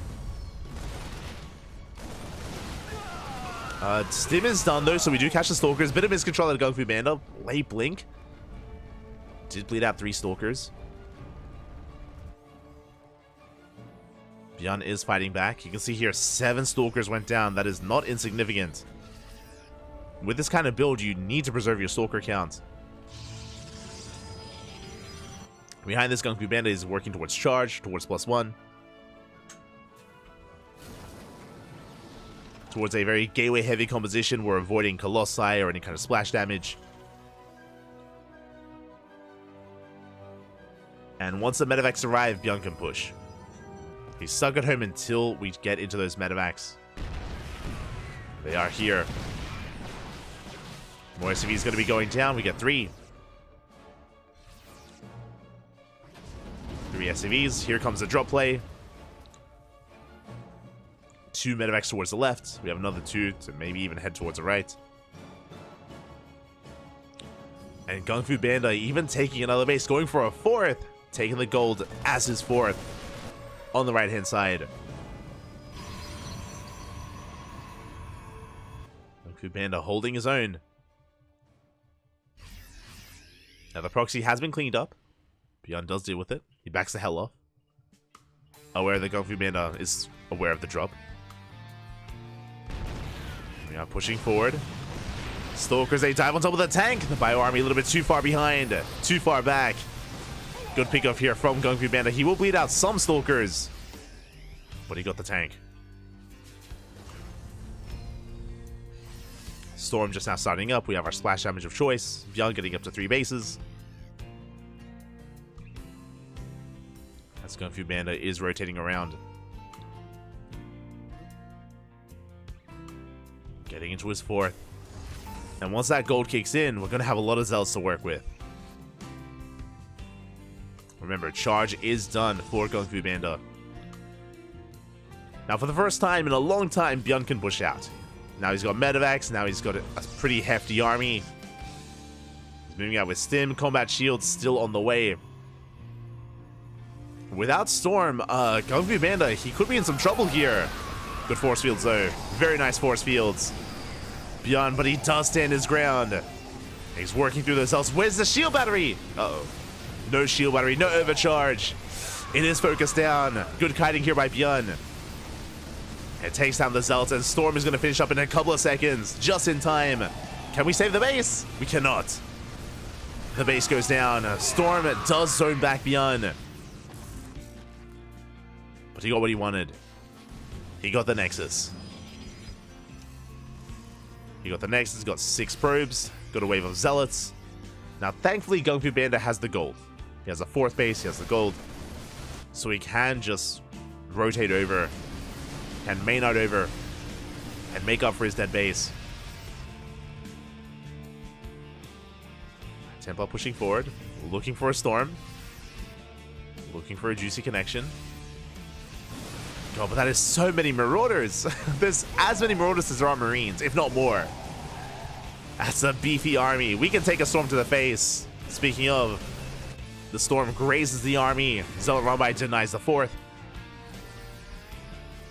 Does keep the reinforcements back at home. That is a cancel on that CC. Might have even been a kill. CC's being rebuilt. Oh, the Zealots, they make their way into the gold base as well. You can see Beyond shaking his head.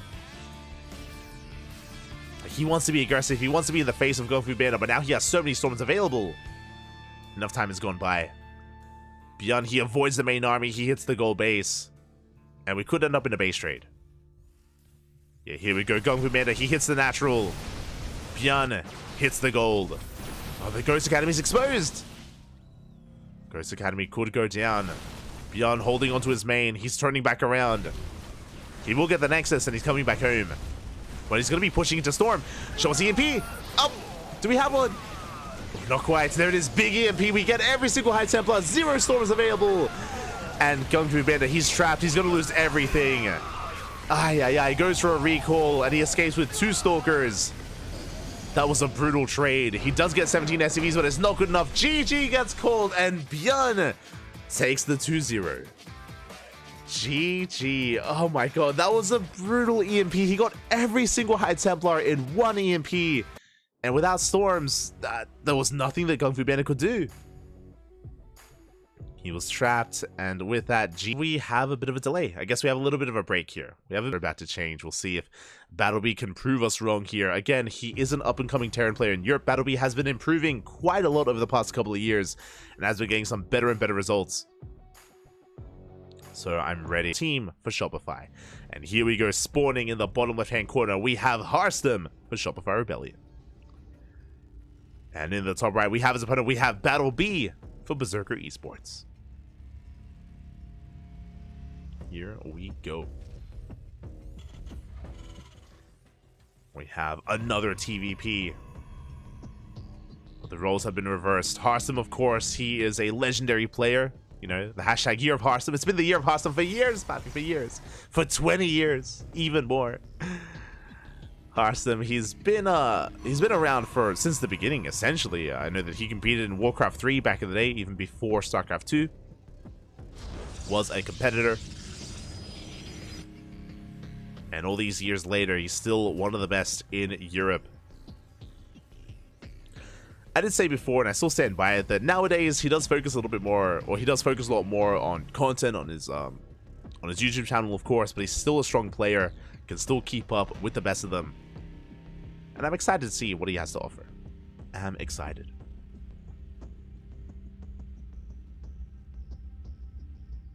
Oh, Meanwhile, shout out to the sponsors, of course, of WTL. Shout out to Doyu, Bio, Autofool, and SC Boy as well. Without these lovely sponsors, WTL would not be possible.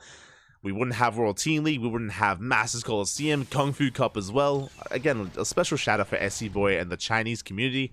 They invest quite a lot into StarCraft, and they host a lot of events. They even support a lot of players as well. Much love to SC Boy.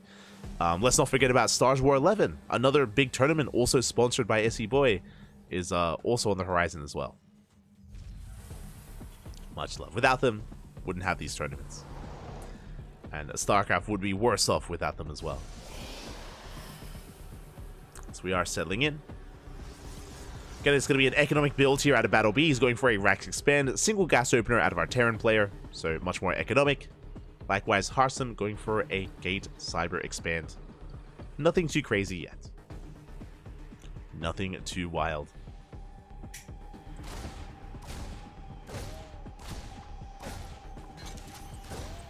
As we do see Harsum going for his tech of choice. We've seen a lot of Twilight Council-based play as of late, but Harsum, he's embracing the Stargate. Going to be a Stargate opener out of Harsum. I imagine for Phoenixes, but we'll see if he goes for an Oracle first. Reaper does dip into the main, but an Adept is lying in wait, and the Reaper is zoned away. And is going to be hunted down. Oh, una más. One more shot, and the Adept Shade should complete, and the Reaper will not escape. Nice catch there from Harsum. And I believe Battle B was not able to get the scout off, did not confirm the tech. Yeah, he didn't get behind the mineral line. So Battle B is in the dark. Now, behind that, as we're just confirming with the Observer, behind this, interesting, we're going for a 3-rack setup.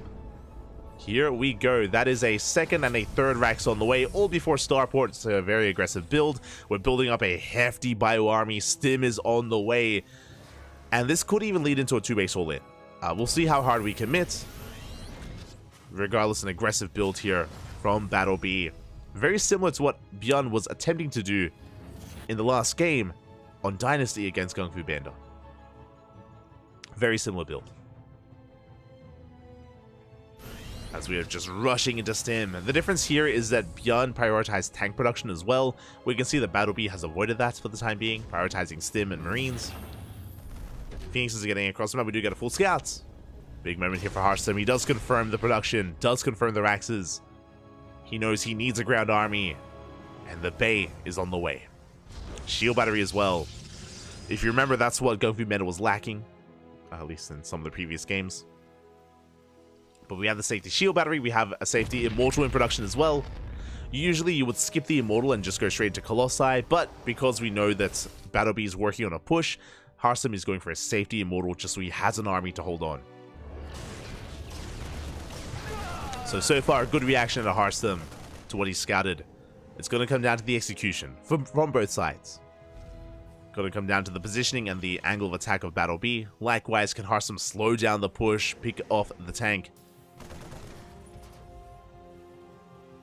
Can he pick this apart? The first immortal has arrived, Colossus production has commenced, but here comes the push, and the Observer does confirm. The tank is going to be safe with all these Marines, but you can see the Phoenixes sharking around for another pickoff. Potentially looking for another tank. The Colossus is halfway done. We need a little bit more time. Battle B is pushing. Phoenixes, they get in, they delay the eBay. Colossus is about to pop out in a couple of seconds, but the tank gets within range. Yeah, but there are 2 shield batteries. We focus out the Adepts. The Colossus has arrived. And Harsum, he's holding. Yeah, he does hold. He does force Battle B back. And again, thankfully, Harsum didn't go for a third. Otherwise, this would have denied it. And we're even chasing down the army. Harsum. Oh, does commit. Did commit to the shade. Doesn't lose anything. Battle B forced back. Now, there's a bit of a give and take here. On the one side, Harsum, he did shut down the push. But Battle B did save all of his tanks. And he preserved most of his army. So he's getting ready for the second wave for the second push. And Harsum is becoming more exposed. He's taking a third. He's maneuvering his army in between his bases as well. Battle B scans. Oh, he sees the Colossi. Still at the natural. Battlebee cannot push in. Bleeding out Marines, bleeding out a tank even, as the tank has to back off. But Harsum does get eyes on it, and he will lift that tank. Oof, brutal pick off. Tank is going to go down. The Colossi, they catch the Marines. They're on siege. A brutal moment for Battlebee. Caught on siege. Another tank goes down. Not like this. And Battlebee, he is getting picked apart. He does catch a Phoenix. Gets almost another. I was praising Battlebee earlier for at least preserving his army, but that is not the case. Not anymore. Losing too much, and Harsum really getting into his third. Building up more Phoenixes, getting into his Twilight Council for charge. I imagine charge. And he's up to 3 Colossi. Harsum is looking solid. Looking very solid back at home. You know, Battlebee trying to build up. He himself is going to be stuck at home until he can build up a strong enough force to be active once again. Harsum even going for a 4th Colossus. Jesus. That's a lot of Colossi. A little bit overkill there, but I mean, it does mean that we have plenty to work with. Plenty of splash damage. We have 6 gateways behind this. Charges on the way. Templar Archives as well for Archons, for Storm. The pressure is on Battlebee to be active, to go for draw play, get into the main, pick off some workers, catch the Phoenixes. Speaking of, the Phoenixes are moving out on the right-hand side. They do miss the drop. Or they do pass by each other.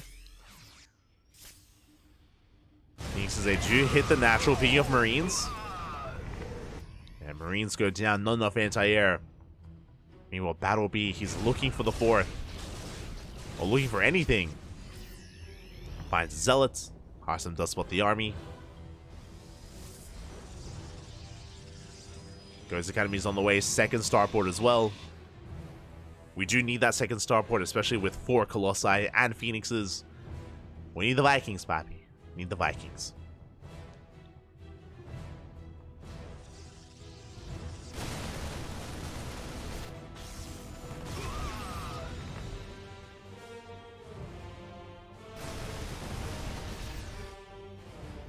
As rocks are getting knocked down. Oh, the Prism almost gets caught. Battlebee on the hunt. Doesn't quite get it. Harsum pushing in between the bases. He has 4 Colossi, plenty of Phoenixes. The Archons have arrived, going for a big Zealot Warp in behind this. And can Battlebee hold on? He does have a hefty Marauder count.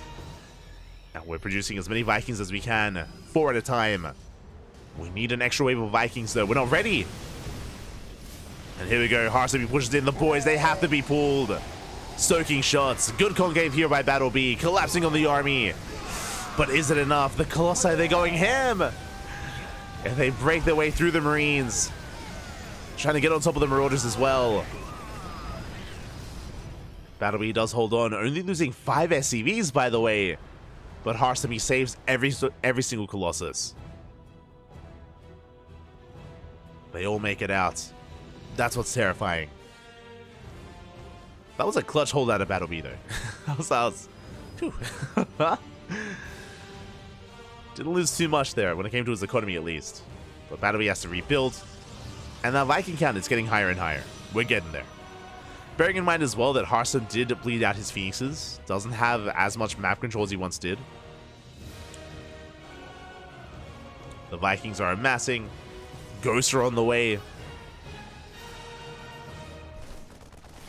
This is still anyone's game. And again, I'm just so surprised, so impressed by how well Battlebee took that fight. With the concave, with the boys. The army was spotted by the Zealot. Scan reveals the 4th, as Harsum is also taking a 5th in the center of the map. Here comes that Prism, here come these Zealots. Into the natural, where we have reinforcements. The Prism is going to be hunted down, and Battlebee is rotating over towards that 4th base. He is spotted by the pylons.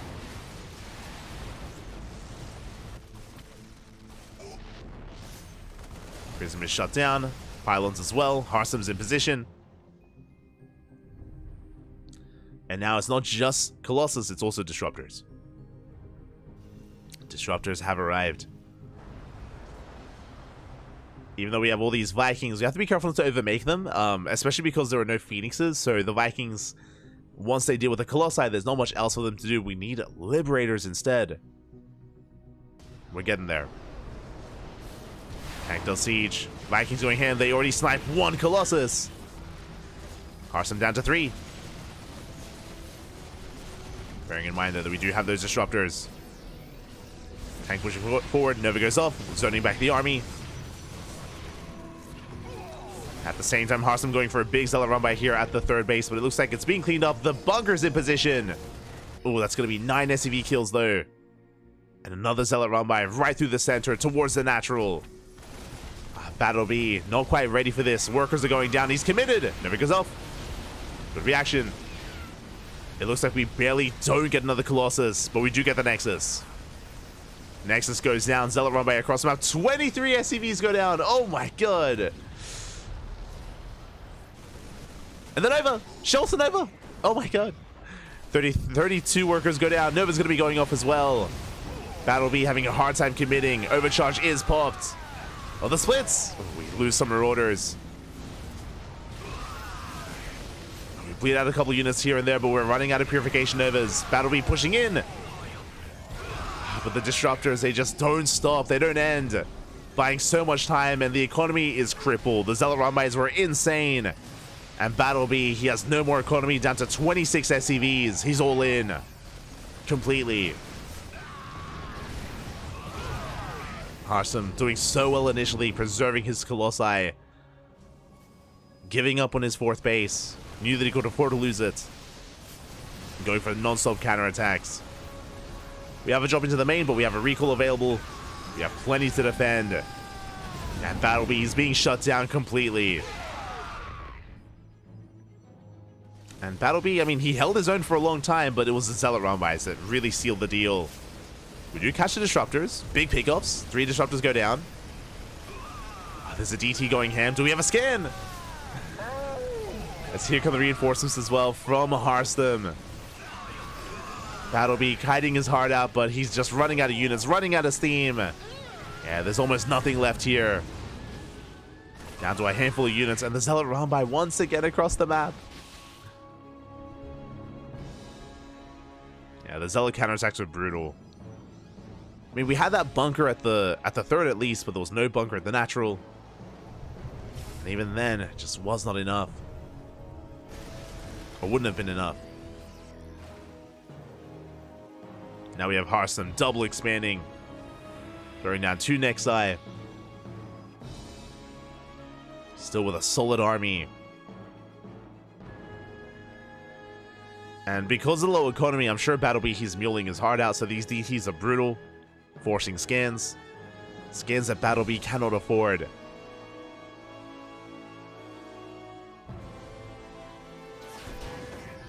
And Worker's going to be going down. Nova zoning back the army.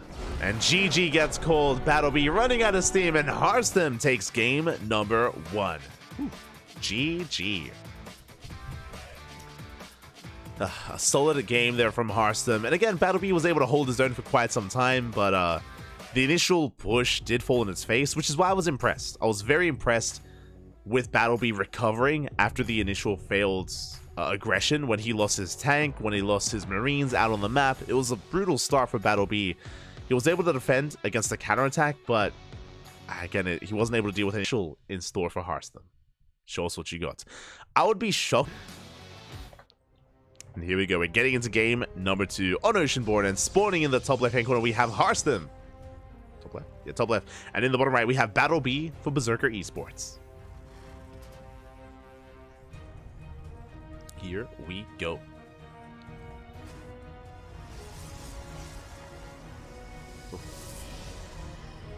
Again, Shopify, they have a 3-0 lead on Berserker. Hearthstone needs one more win to claim victory for Shopify to get the 4-0. The pressure is on Battle B. The pressure is on. Also our predictions as well. Also our predictions. Showtime. It's been cold, Papi. It's been cold.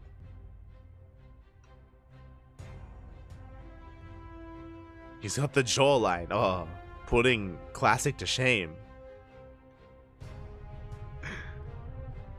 Shaking my head. Here we go. For now, it's going to be a double gas opener. Interesting. Okay, so it's going to be double gas here from Battle B, going for a faster factory. Harston moving out with his initial probe. Getting a scout across the map. Slipping into the main.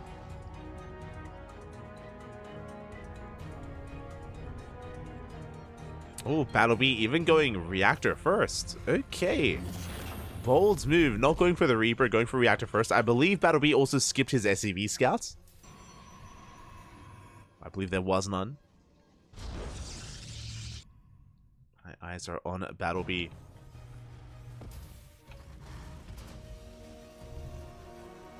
Going for the reactor instead, setting up for, I imagine, reactor Reaper Hellion. Reapers are on the way. Hellion soon thereafter. We've seen this quite often here. We even saw this earlier from Maru. Going Reaper Hellion, going to be a little bit more aggressive early on, looking for some probe kills, looking for some economic damage. We'll see how hard we commit and how many Reapers we end up coming out with. Do we go up to 4? Do we go up to 5? Or do we cut Reaper production a little bit earlier on? Behind this, Harsum, he's going for a Twilight Council. We spoke about this earlier. I was like, yo, it's going to be crazy if Harsum goes for Stargate again. Thankfully, it's going to be a Twilight Council, a much more safer build here from Harsum. Working towards Blink, not risking it with the Phoenixes. And the Reaper Hellion is moving out. We have a 3rd and 4th Reaper on the way. Hellion production did commence with our first Hellion. And Battle be getting into his CC on the low ground.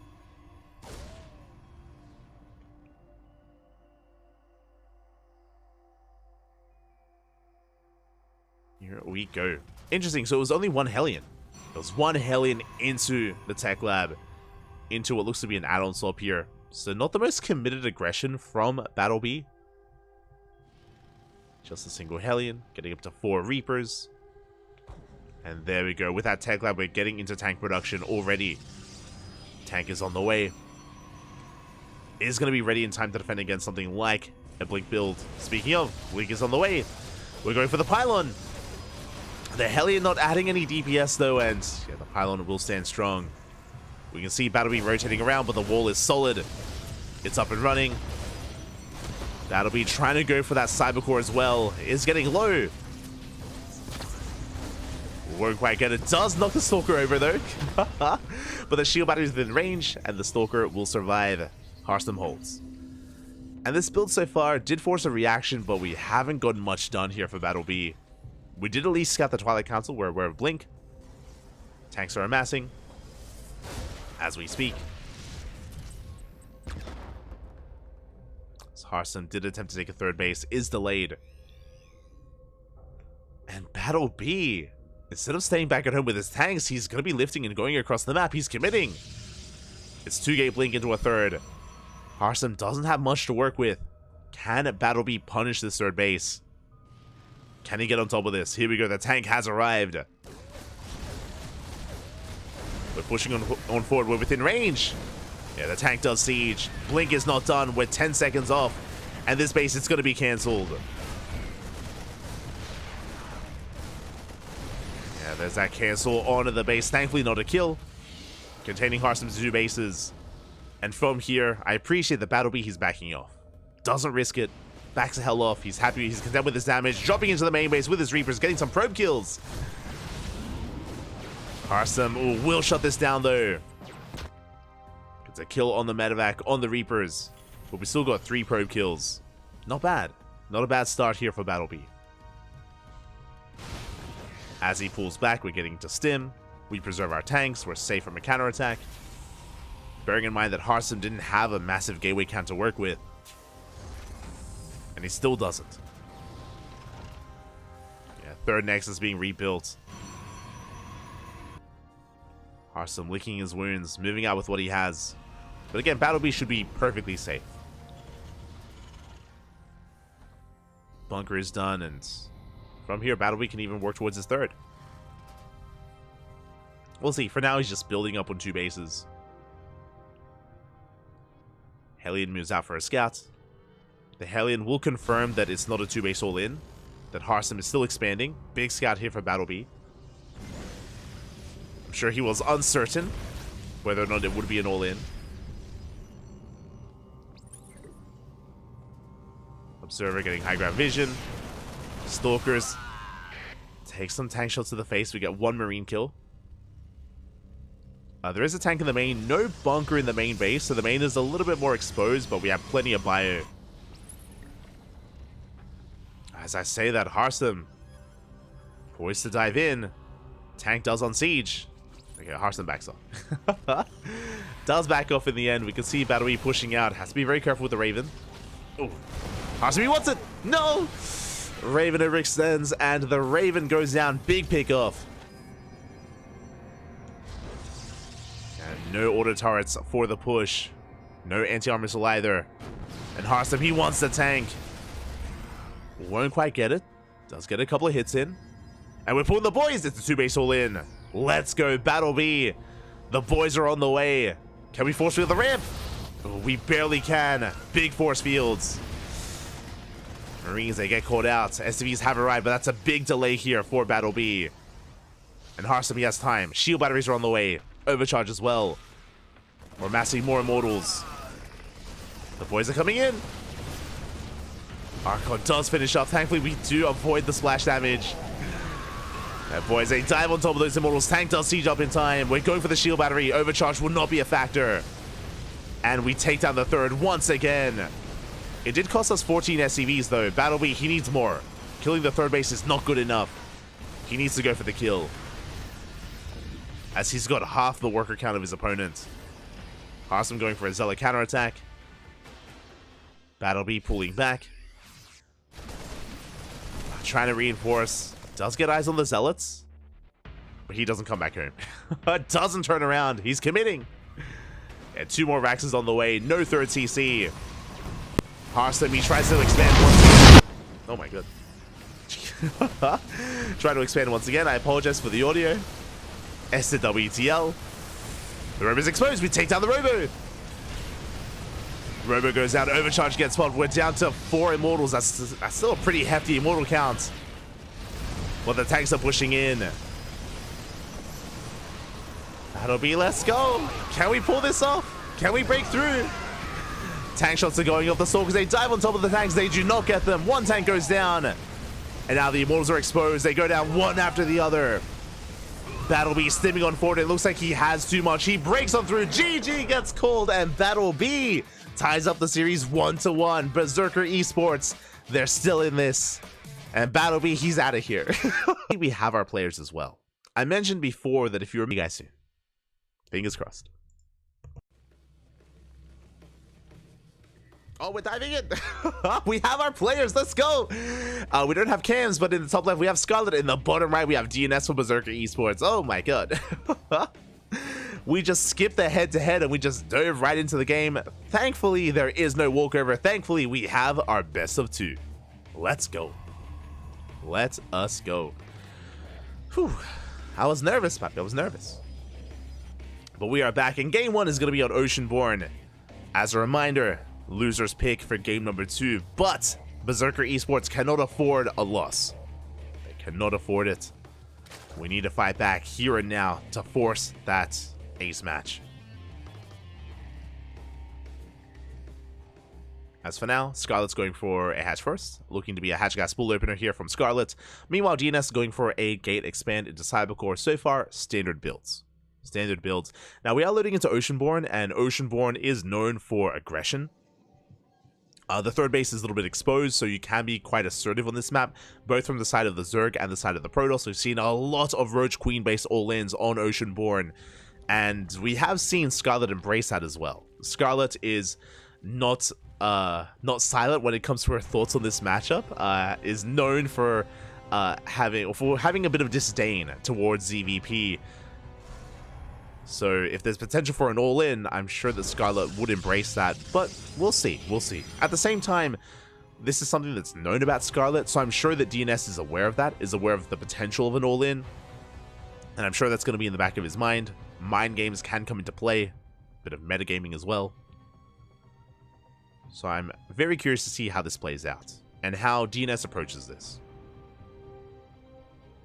Again, Zerg players are usually the reactive players in this matchup. They usually have to react to the Protoss, which is why I'm most concerned with what DNS brings to the table, whether it's a Stargate opener, a Robo, or a Twilight Council. Now, when it comes to DNS, and I was praising him earlier, talking about how he's gone toe-to-toe with Serral and Maru, and he was looking very impressive, and he made a name for himself in the previous seasons of WTL, or Platinum Heroes. And I say that, and I bring that up because it wasn't like DNS was cheesing. He's not really a cheeser. He's not really too aggressive of a player. He's very macro-oriented, very mid-game and late-game oriented. And what impressed us was that he was able to take it to the late game against players like Serral and like Maru in those respective matchups. So, yeah, DNS is not afraid to take it that far. He's not really too overly aggressive. Willing to embrace Sky Toss if at all possible. True, true. But it's been a while. It's been a couple of seasons since he was on Platinum Heroes. I wonder if joining a new team has changed his approach to the matchup. For now, Oracle opener. We have an Oracle-based opener out of DNS.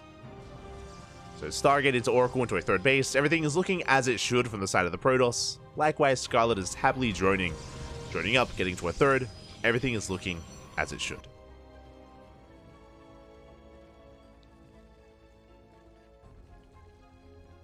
Everything is looking as it should for the time being. We'll see if we take additional gases, if we go for a Roach Warren. There it is, safety Roach Warren's on the way for Scarlet. I say safety Roach Warren, my apologies. That was, what, a 3-minute 35 Roach Warren timing? That was very early, actually. Interesting. So you wouldn't throw it down this early on unless, one, you were planning to go for an all-in yourself, or you assumed it was a Twilight Council opener and something more aggressive. I see. DNS, he banks up his oracles. He makes it look like a Twilight Council opener when really it was a Stargate. So good mind games here out of DNS, hiding those oracles, keeping them hidden. Scarlet believing that it's not a Stargate. Because of that, no spores. Uh-oh, no spores for Scarlet. Again, DNS doing such a great job here at hiding his build. Roaches are on the way, Lings as well. Oracles are about to hit the third. And there's not much to defend. There's a queen, but we can focus down the drones one after the other. We get 2 drones so far. Not too bad of a defense here by Scarlet. Queens are in position. We do defend. And Scarlet, with her faster Roach form, with the Ling Roach. Can we counterattack? We can!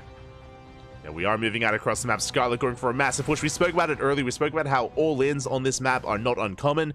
They're more expected than anything. And we're looking to deny that third. We're droning up behind this. Scarlet is transitioning. But from here, she should be able to deny that third. The oracles are out on the map. And we should be able to get us around. Oh! As I say that, we do have a decent amount of adepts here at that third, but the roaches have arrived. The Lings as well. We collapse on the Stalkers. They're going down one after the other. There's no shield battery, no overcharge. And can we force a cancel? Nexus does complete. Do we have enough to get a kill? Scarlet avoiding the third base, going for the natural instead. Does get 5 probe kills. Not bad. As we bust into the natural.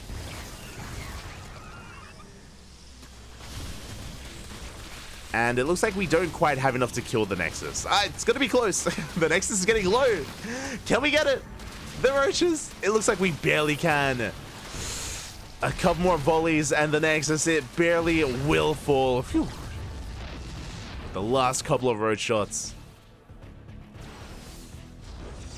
And Scarlet behind this, she's up in workers. We have 64 drones. We're on 4 bases. Roach speed is on the way. Evo chamber upgrades as well. DNS, I was praising him for hiding his initial oracles, for hiding his opener, and I mean it was fancy, it was nice. Alas, Scarlet was able to just punish it so hard there with the faster Roach Warren.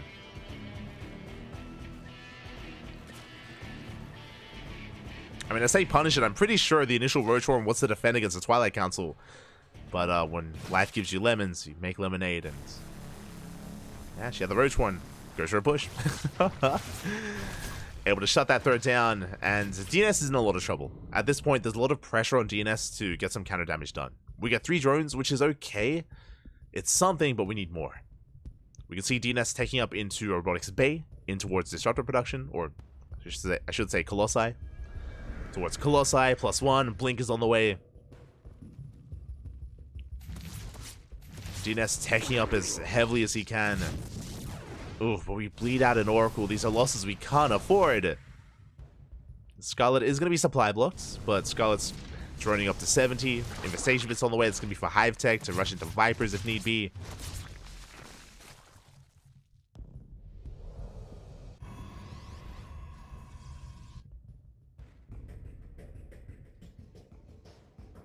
They are trying to.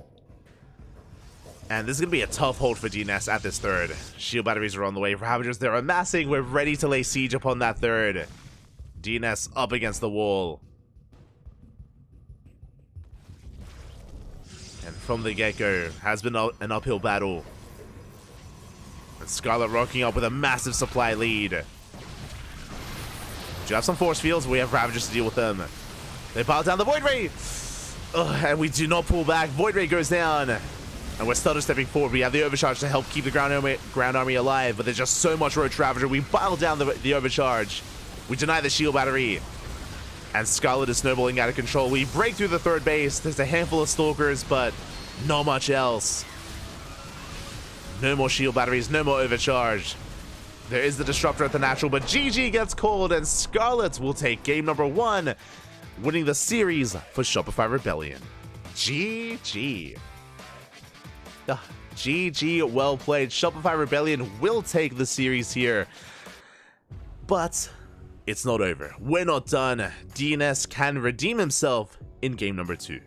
Game number 2 will still be played out, and it is going to be DNS's map of choice, but congratulations to Shopify, to Scarlet, to Harsum, to Bjorn as well. They will claim this series, starting off the season with a win. GG, man. GG. GG, well played. Shout out to Battle B, who did, of course, fight back against Harsum. Did fight back, did put a point on the board. And DNS, again, can still fight back as well. As a reminder, it is loser's pick, and I'm curious what map we're going to be loading into. I would imagine Dynasty. Dynasty would make a lot of sense.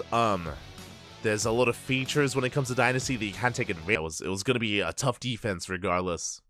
Impressive as well. That's, yeah, always a lot of good fun. Always appreciate a solid team league. And here we go. We're diving into game number 2.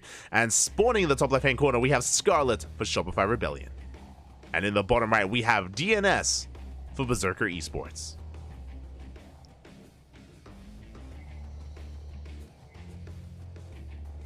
Here we go.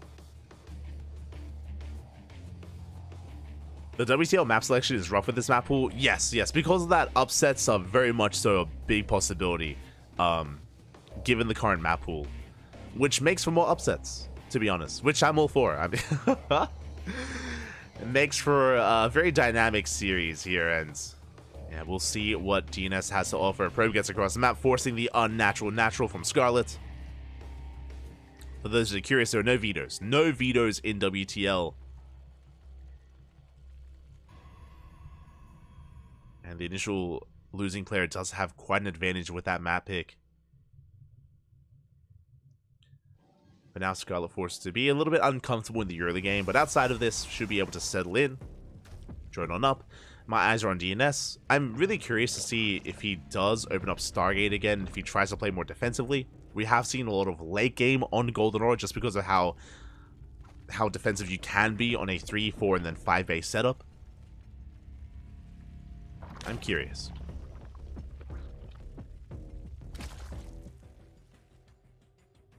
DNS is going for his Nexus. So gate expand into Cybercore here from DNS.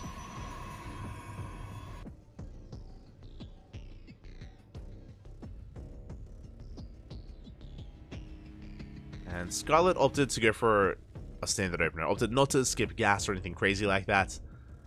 Wasn't too greedy. As a reminder, last game, DNS did go for a Stargate opener, did try to hide his oracles, and did successfully do so. Was able to hide his oracles and go for a hidden counterattack. Wasn't worth it in the end. I imagine we're not going to be going for that kind of variation or that execution of the build this time. And there's that Stargate. Stargate is on the way. Now, when it comes to Stargate openers, even though Oracle-based play is very standard and very meta, there are still other options available here. DNS could go for a Void Ray first or a Phoenix. If we do go for either or, they can be used to just shut down scouting, shut down the Overlords, and keep the Zerg player in the dark. And behind that, DNS can go for hidden tech. He can go for Glaive Adepts, he can go for Skytoss. There are other options available if we did open in such a way. But Oracles are much more commonplace. They're standard, maybe they're standard.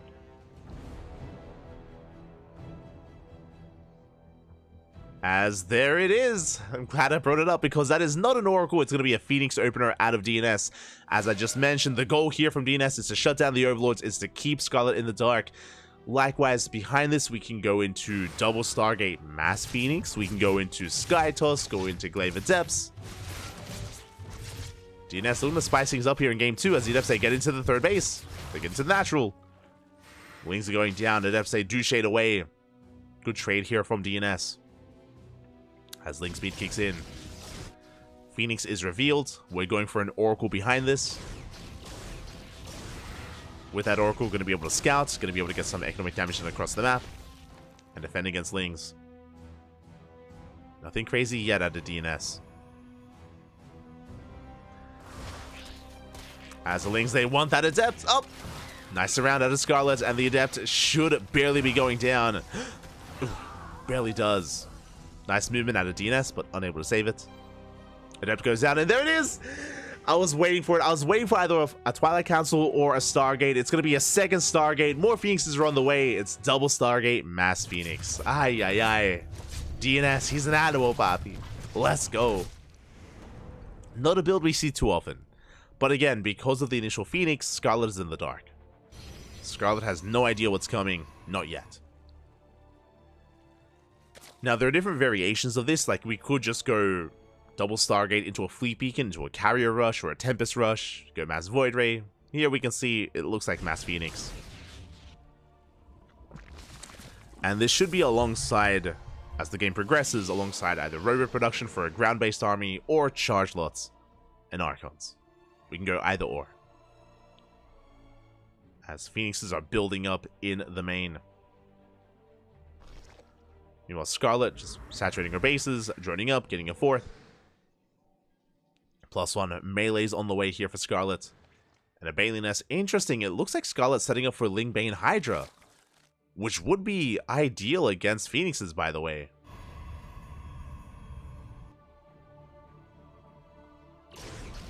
Here we go. Again, there is no Roach Warren. Gases are being taken. We could even go for a Spire. True. Wouldn't be fond of that. Just because we already have at least one Phoenix already. So I'm leaning more towards Hydras. As gases are being taken. Fourth base on the way. DNS now moving out with his Phoenixes. Okay, we have 6 Phoenixes here in total. 2 more on the way. Charge Lots behind this, so we're not going for a Robo-heavy composition. We're going for Charge Lots eventually into Archons. And the Phoenixes are revealed. That's a lot of Queens, though. We're hugging the Spores. So far, good positioning here by Scarlet. DNS looking for a Stray Queen. Looking for an Overlord. Does catch a drone in the main, but only one. So far, so good by Scarlet. Does defend. We do see Lings amassing across the map. These Lings, they shouldn't get much done, though. We have some good SimCity back at home. We have a Stasis as well. Baliness is done. We could try to go for a Baling run by instead. As DNS is transitioning into Charge Archon. Lings, they are looking to push in. They do hit that natural, but we have an Oracle back at home. Yeah, we do defend. Things that don't accomplish much. And the Phoenixes, can we finally get a Queen? Oh, oh, not quite. So far, I like Scarlet's position overall. We're going for an Infestation Pit, getting ready for Hive Tech. Unless I missed it, I believe there was no Hydrogen, so this could just be, this could be crazy. This could be like Lingbane into Ultras even, which would be wild. There it is, Hive is on the way.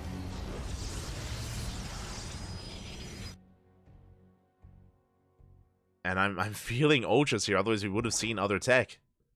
Scarlet relying on her Queens and Sports to defend against the Phoenixes. And Ultras can work wonders against Chargels and Archons. Assuming that we have a low Robo count and a low Immortal count. Robo's on the way, Phoenixes they dive in. Hoping to catch some Overlords, and they will get one. Not the biggest pick-off though. Across the map, the army has been revealed. The Chargel Archon, I mean. Scarlet engulfing the map in creep. Pushing towards the bases. The Phoenixes, they do get into the main. They do scout the tech. They get eyes on the Hive. Bailey's rolling in. They're going for the Zealots. Oh, big connections. A good chunk of Zealots go down. Late reaction from DNS. But again, he does see the would-be Hive. And he does begin Immortal production. Now, he's only got one Robo. But at least he is producing some Immortals. We're waiting for a second Robo, I imagine. I'm looking for one at least. Phoenixes, they get in. Phoenix gets... Oh, we're bleeding out some Phoenixes, getting 3 drones. Yeah, this investment has not really been worth it. 5 drones go down. There's that Ultra Cavern that we spoke about. So Ling Bane into Ultra.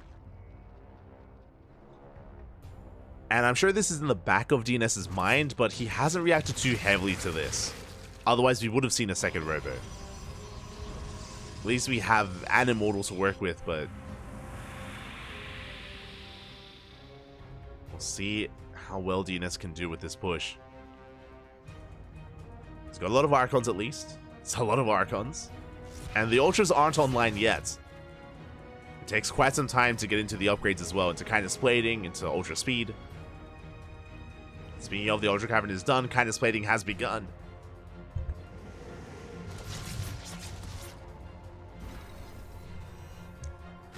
Kindness Plating has started up. As Scarlet is freely expanding, taking 2 more bases. Getting a 5th and a 6th.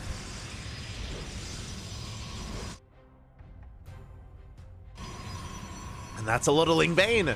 Jesus. Scarlet has maxed out on Ling Bane. We're rolling on in. We crash into the Zealots. Infestors behind this. Vipers as well. With the Blinding Clouds, what can the Archons do? Even without the Ultras, we get into the mineral line. Ooh, not quite. The Bailey's, they do pull back. GNS is holding. Bailey's, they're headed for the mineral line. Once again, they get in. No. No reaction. Probes are going down. 13 workers fall, but we collapse on top of the Queens and we shut down the Vipers and the Infestors. Very nice pickups. Very nice lifts there from DNS. Every Infestor goes down. Zealots into the main base. Drones are falling. DNS going for a counterattack. We have 5 Ultras on the way, but they're still in production. We need more time. We have Immortals joining the fray. The Vipers survived, but the Zealots, they're going ham in the main base. Bailey's are finishing up just in time with the Zealots. They crash on in. Zealots go down. Lings, they come in first round as well. The Archons forced to recall. Oof. Yeah, big losses there for DNS. Scarlet, she may have lost 3 drones. She may have even lost the Hive, which is a nice pickup. But we still have the Ultra Cavern. And we have 5 Ultras. DNS in a lot of trouble back home. We need static defense, Immortals, cannons. There we go. Shield batteries on the way. DNS needs time. And Scarlet should not be giving him that time. There we go. Scarlet moving out. Phoenixes will get eyes on this. Oh, they're going for the Vipers. Uh-oh. Zealot run by forces Scarlet back home. Forces her reinforcements back home at least. Keeps them there. Getting a couple of drones. Causing havoc across the map.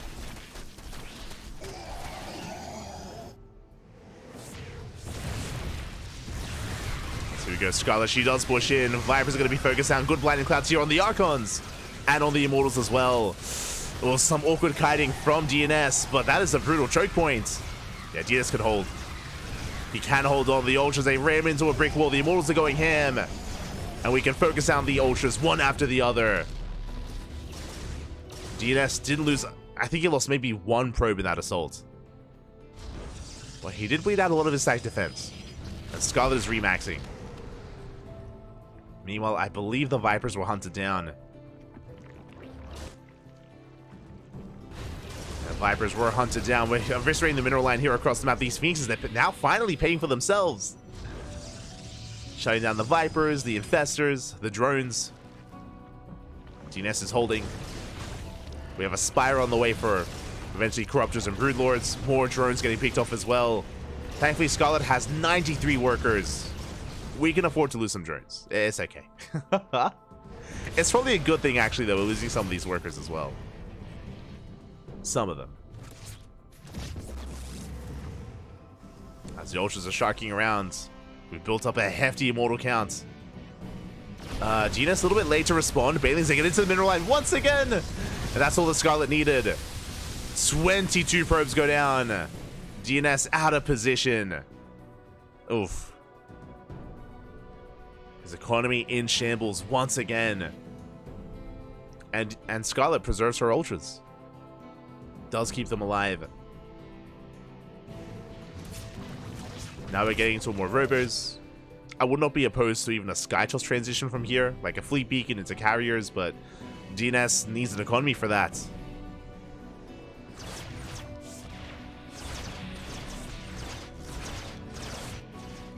Immortals are getting in position. Lingbane as well.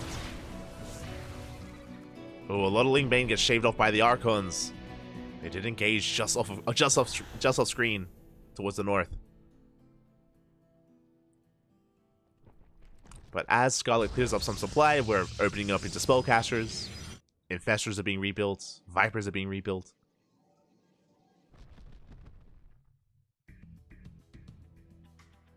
Still no Skytoss from DNS. I mean, I think when it comes to maxed out armies, I think I favor DNS's position here with maxed out Archon Immortal. The Vipers will complicate things though. I think it comes down to the Spellcasters. Whether or not we can get some good Blinding Clouds, whether we can lock down the army. I feel like that's what it's going to come down to, because that's a death blow of an army if I've ever seen one. Especially with Storm. Storm is halfway done. Like, this is wild. The army of DNS, I mean. Maxed out on Immortal Archon. And High Templar. Now, Scarlet, she's getting ready for Broodlords. And Broodlords, they're just a better army to work with. They're a superior composition against what DNS has. But Scarlet doesn't have the free supply to make Broodlords. She's got 3 Corruptors on the way. Can't really invest into Broodlords yet. So this next fight, Scarlet, she's going to have to rely on Ultras instead. On her Ultra Lingbane. Will most likely remax on Broodlords, but I'm pretty sure the goal of DNS for this next fight is to snowball out of control, win the fight, and push out across the map. Corruptors are revealed. Ooh, Prism goes down. Very nice pickoff. Prism does go down. There's the Skytoss, Fleet Beacon, another Stargate. The Infestors, no! 3 Infestors go down! Ooh, brutal pickoffs. That is not the way to start. We catch the Vipers as well! We spoke about how important these spellcasters were going to be, and 3 Infestors go down, 2 Vipers as well. Now, thankfully, we have 3 more Infestors left, but no more Blinding Clouds. Now we're going for the Neural. Storms are being thrown down on the Ultras. Yeah, we just kite on back. Good Neurals here on the Immortals. But we're just mowing our way through the Ultras. That's all we had. We have 6 more Ultras on the way. Oh, we get caught out. Scarlet's in trouble. Scarlet, she's in a bit of trouble. She has to pull back. Zealots, they're pushing out towards the left-hand side. They run into the Lings. Ultras are going down one after the other. Yeah, and the Infestors, they need more time. They need more energy. High Templar coming in. We have plenty of storms, plenty of feedbacks.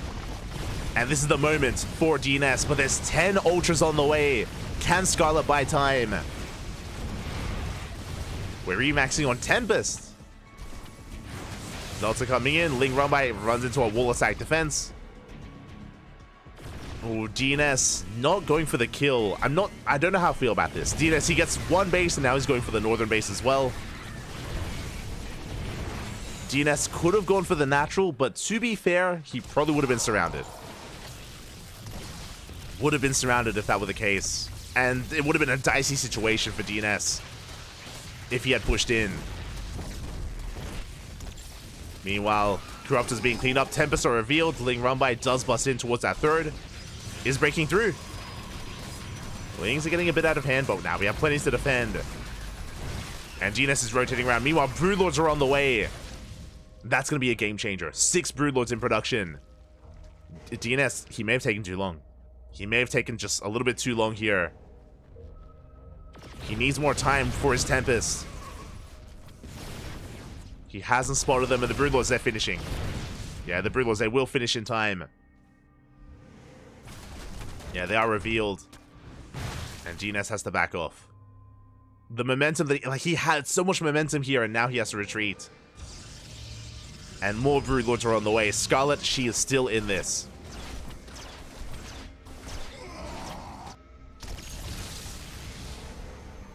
It's so tense, Bat. We need more Tempest. GNS needs more Tempest. Broodlords are amassing here in the center of the map. They are spotted by the Observer. DNS, he cannot engage. His Tempests are nice and all, but only 2 of them. Ultra's going for a big surround even. Oh, okay, we're pulling back. We're calming down.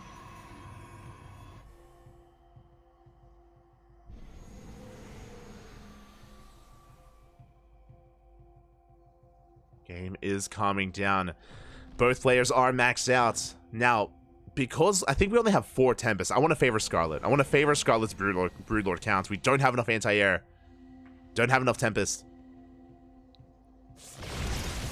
The Ultras are in an awkward position. You have to be careful.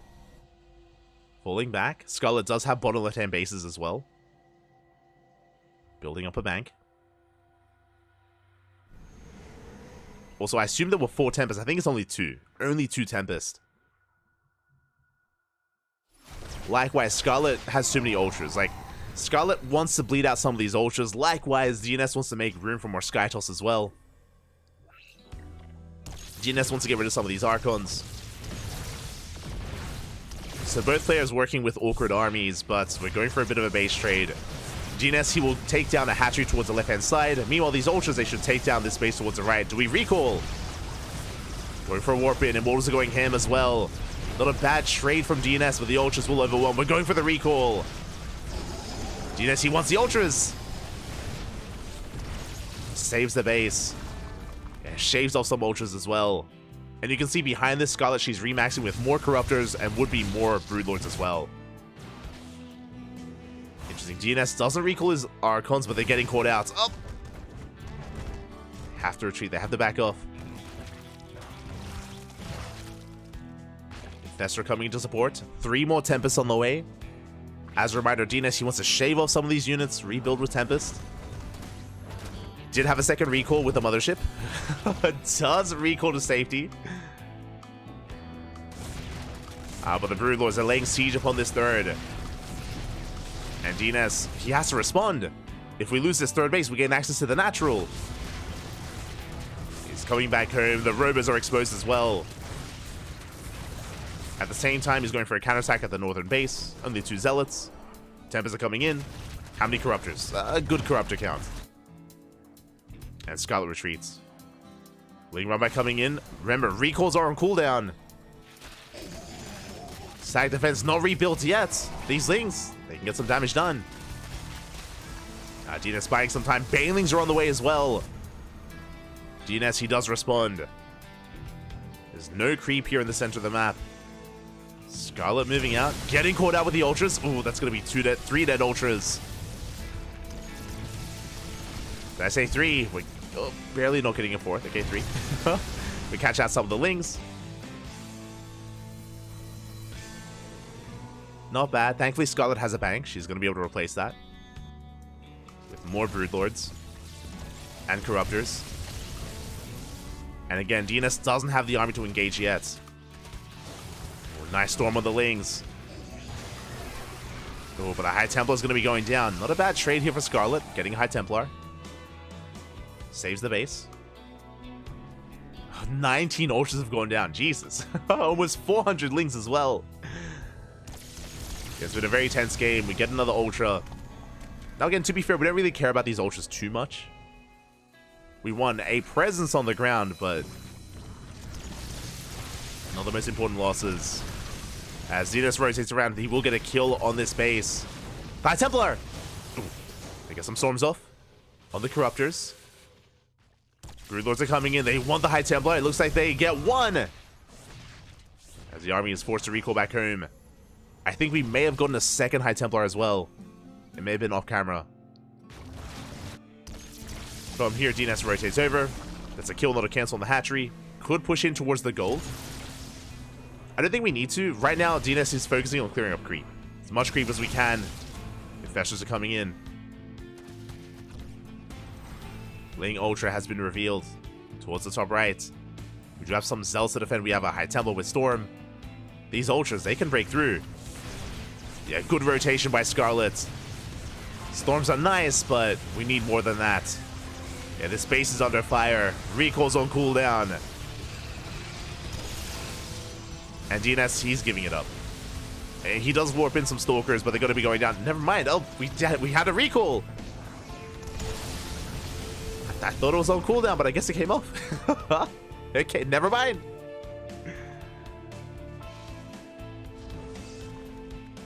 Did have a recall available. We saved the base.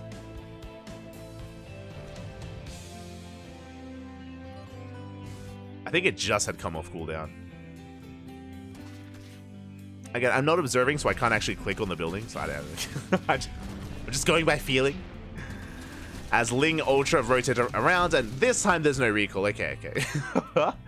This time there's no at least base recall. There is a mothership recall that we can make use of. But yeah, the Nexus, it's going to go down. The Robos as well. And there we go. The mothership does recall back home to defend. We get the Revelation off on the Ultras. Scarlet amassing more Vipers. Amassing more Infestors. But a good rotation here from Scarlet. Very nice rotation.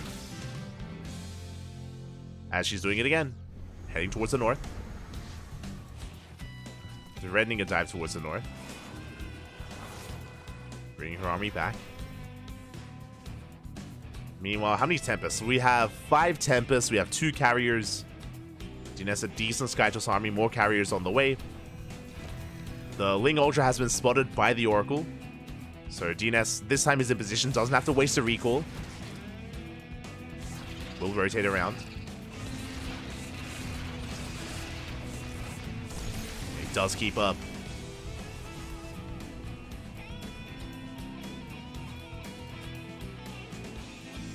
Scarlet may have a low drone count, but she doesn't need a lot of drones right now. We're running out of minerals, like we're running out of bases. I think Scarlet, she's down to 1.5 base saturation. Gets across the map, going for the Nexus. Now what's huge here is that this means like the Nexus isn't really mining much, but it is a recall point. So we lose the Nexus, lose another point to recall to. Oh, the Broodlords are exposed! Where's the Corruptors? One Broodlord goes down. Tempests are pushing in. They get almost another Broodlord as the Corruptors, they come in from behind. Storms are thrown down. Archons come in as well. We do catch a carrier. Ooh, and that Power Bomb is putting in some work on that army. We do get rid of the shields. Bit of a chaotic fight there. GNS losing a carrier. Scarlet losing 2 Broodlords. Going for another Ling run by. And yeah, GNS does not have anything at home to defend. Barely any defense. The mobility of the Ling Ultra is just pulling DNS apart. Now, of course, we could recall back home.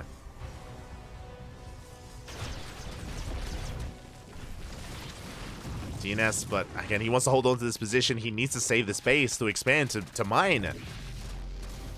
He's walking back home with some Archons. Does catch some of these Queens. Not bad.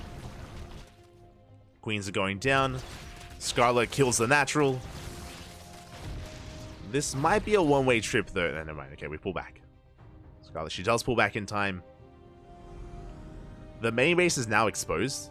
Bear that in mind. That's where the production is. That's where the Stargates are.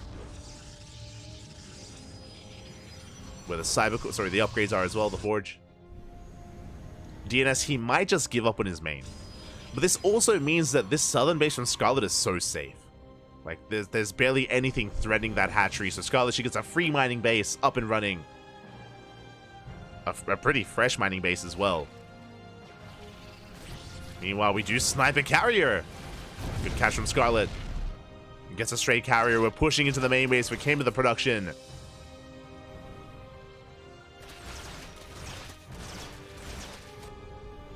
DNS in a bit of trouble. He hasn't saturated his new base either. We need some probes there. Like, he has the Nexus, but he doesn't have any mining going on. Here we go. We're pushing on forward. Fungal on the main army. We yoink the mothership, and we do get a snipe. Minus 300, minus 300. Mothership goes down. That's a big pickup. We clean up the main base as well. I believe we haven't rebuilt the Stargates, which is concerning. Yeah, Stargates haven't been rebuilt. Instead, we went for a massive gateway explosion on the right-hand side instead. Interesting move here out of DNS. And again, I don't think he's saturated that mining base towards the top left. He's not mining. Uh-oh. Trading with the main army. We snipe one of the oracles. Storm zoning away this corruptors as well. I could be mistaken though, but I didn't see much mining going on in the minimap. Yeah, it's one probe. Like, we've had this base for so... We need to mine, Papi. Like, we've had the base for so long. That top left base is just untouched. We need that bank. Ultra's going to be going down. The army's out of position. Now Scarlet can go for the Nexus. And that base has not paid for itself. There's been no mining at all. Aye. The base is going to be going down. At the same time, DNS going for his own trade. We're trading a base for a base. And going for the bottom left. Now, to be fair, the two bases that are going down right now are the most important mining bases for both Scarlet and DNS. Corruptors come in. They take down at the top right. Yo, could DNS die from elimination? Could Scarlet just... There's like one base left for DNS. She could threaten that, actually. As DNS does take down a hatchery. Army's rotating back over. Scarlet expanding towards the north. DNS, yeah, I was wondering if he had rebuilt the Cybercore. No Cybercore, which means even though he has all these gateways, he can't warp in. Can't warp in Stalkers, I mean. So Cybercore is being rebuilt. Twilight Council as well. Corruptors are coming in. Can they catch a carrier? Oh, they can! One carrier goes down. We snipe the Vipers. Big storms as well. But that was a big pick-off. DNS is supply blocked. He can't rebuild. And DNS is running out of minerals. He's burning through that mineral bank. And DNS just called out too many times. Running out of storms as well. He's resaturating top right at least. But he cannot allow Scarlet to get top left.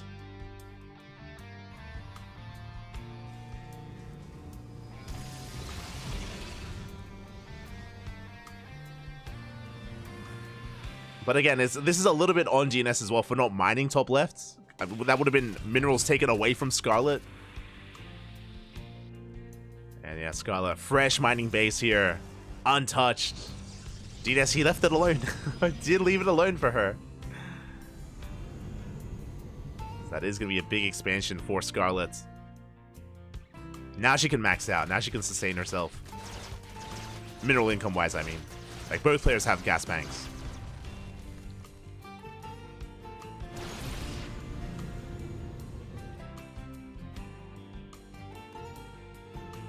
Still close though.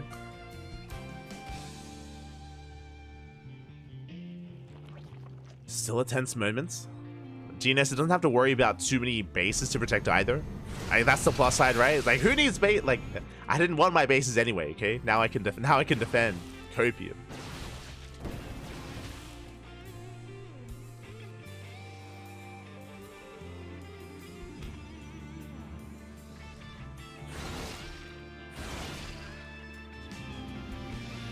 More Archons on the way. We're keeping an eye on just the unit tab. Scarlet now taking the gases. Looking to expand towards the south as well. Scarlet, oh. I was already lamenting about how DNS had given up on top left and how Scarlet had taken a fresh base, but now we have, or now it's Scarlet taking another base towards the south. DNS has to contest these bases. At least one of them. Cannot let them both go under control of Scarlet.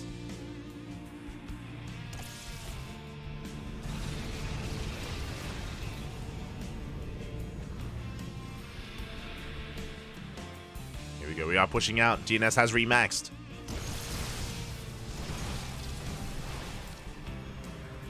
Has been able to remax. Threatening a push. Clearing up some creep. Tempest, they one-shot a Broodlord. Not bad. Likewise, though, we have plenty of Vipers as well, ready to yoink. Ready to powerbomb. Infestors as well. DS pushing deep onto creep right now. He's on thin ice. Takes down top left, takes down the base. And he's gonna get the hell out of here. We gotta go. we gotta get the hell out of here. Scarlet getting ready for a surround. We're gonna collapse on this army. And there's no way out. Massive blinding cloud on the Ultra, sorry, on the Immortals. Good feedbacks. Very nice feedbacks here on the Infestors. But we collapse on the army. We're shutting down the carriers. The Broodlords are falling, though. The ground army. The Archons. We shut down every single Broodlord. And yes, we killed the Sky Toss, but it doesn't matter. We had a ground army instead. The Archons are breaking through. DNS. He's done it. Oh my god. He has done it. Didn't care about his Tempest. Didn't care about the carriers. Broodlords are on the way. 11 Broodlords. Okay, Scarlet, she still potentially has a chance, but that's all she has left. 11 Broodlords. And DNS is going to keep on pushing into that natural.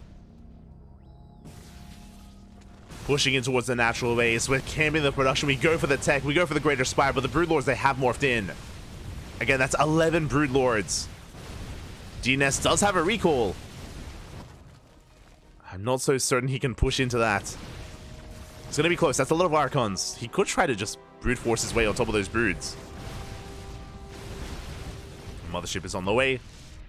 Now, what's scary is that I believe Scarlet just morphed every Corruptor into a Broodlord. Does she have anti-air? Uh-oh. Does she have it? I don't know. No anti-air. GG gets called, and DNS does it. DNS fights back, putting a point on the board, tying things up 1-1. GG. GG, well played. DNS with the 1-1 score. Not enough to win it for Berserker, but enough to redeem himself and to help redeem his team as well. GG, well played. 1-1 across the board. Bjorn coming in with a 2-0. Bjorn did win it all for Shopify Rebellion, or thanks to Bjorn's 2-0. Shopify do take it in the end, but that was more of a back and forth. GG, well played. Again, we've seen DNS go toe-to-toe with some of these big Zerg players in the past. Does get the 1-1. And with that, we have wrapped up our matches for the night. 4-2s all around. 4-2. Team Vitality was able to bring down DKZ. Shopify take down Berserker. And that is tonight's match is done. Tomorrow, we're going to be back with Team Liquid versus Psystorm Gaming, or Psystorm Na'Vi, and we have Starlight Twinkle versus Basilisk Big. Or Big Basilisk. Let's go. So some interesting matches tomorrow. Again, Psystorm Gaming and Na'Vi have joined forces, which means Spirit is now supporting Max Pax and Geralt.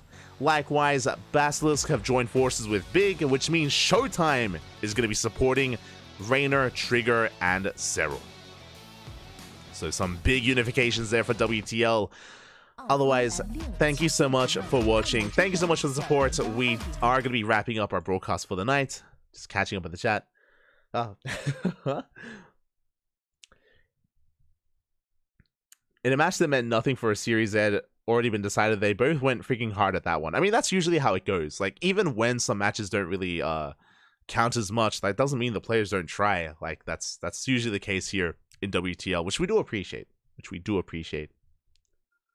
Showtime is a solid pickup for Raynor and Serral. He is. Like, Basilisk Big is going to be a big contender, no pun intended, for that #1 spot in WTL. It's going to be a lot of good fun. I'm guessing Gung Fu Beyond was played first, so that Gung Fu guarantees finishing before his ESL match.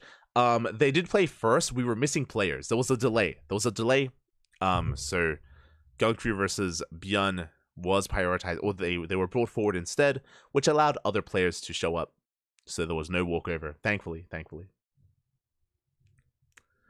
But yes, that was played first.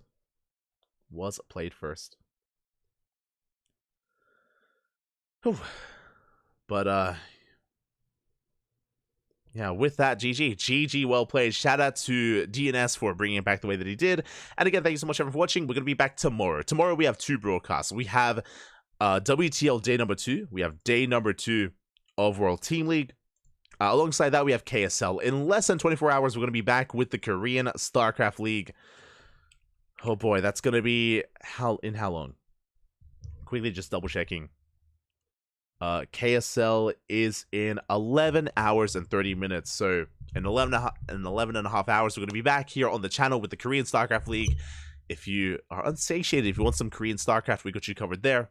Otherwise, we'll see you tomorrow for World Team League. Thank you so much for watching, everyone. Thank you so much for the support. We're going to be giving another StarCraft streamer a raid. We'll find someone to send our love to, and we'll see you guys tomorrow. With that, thank you for watching. We'll see you guys next time. Ciao, papi, ciao. See you next time.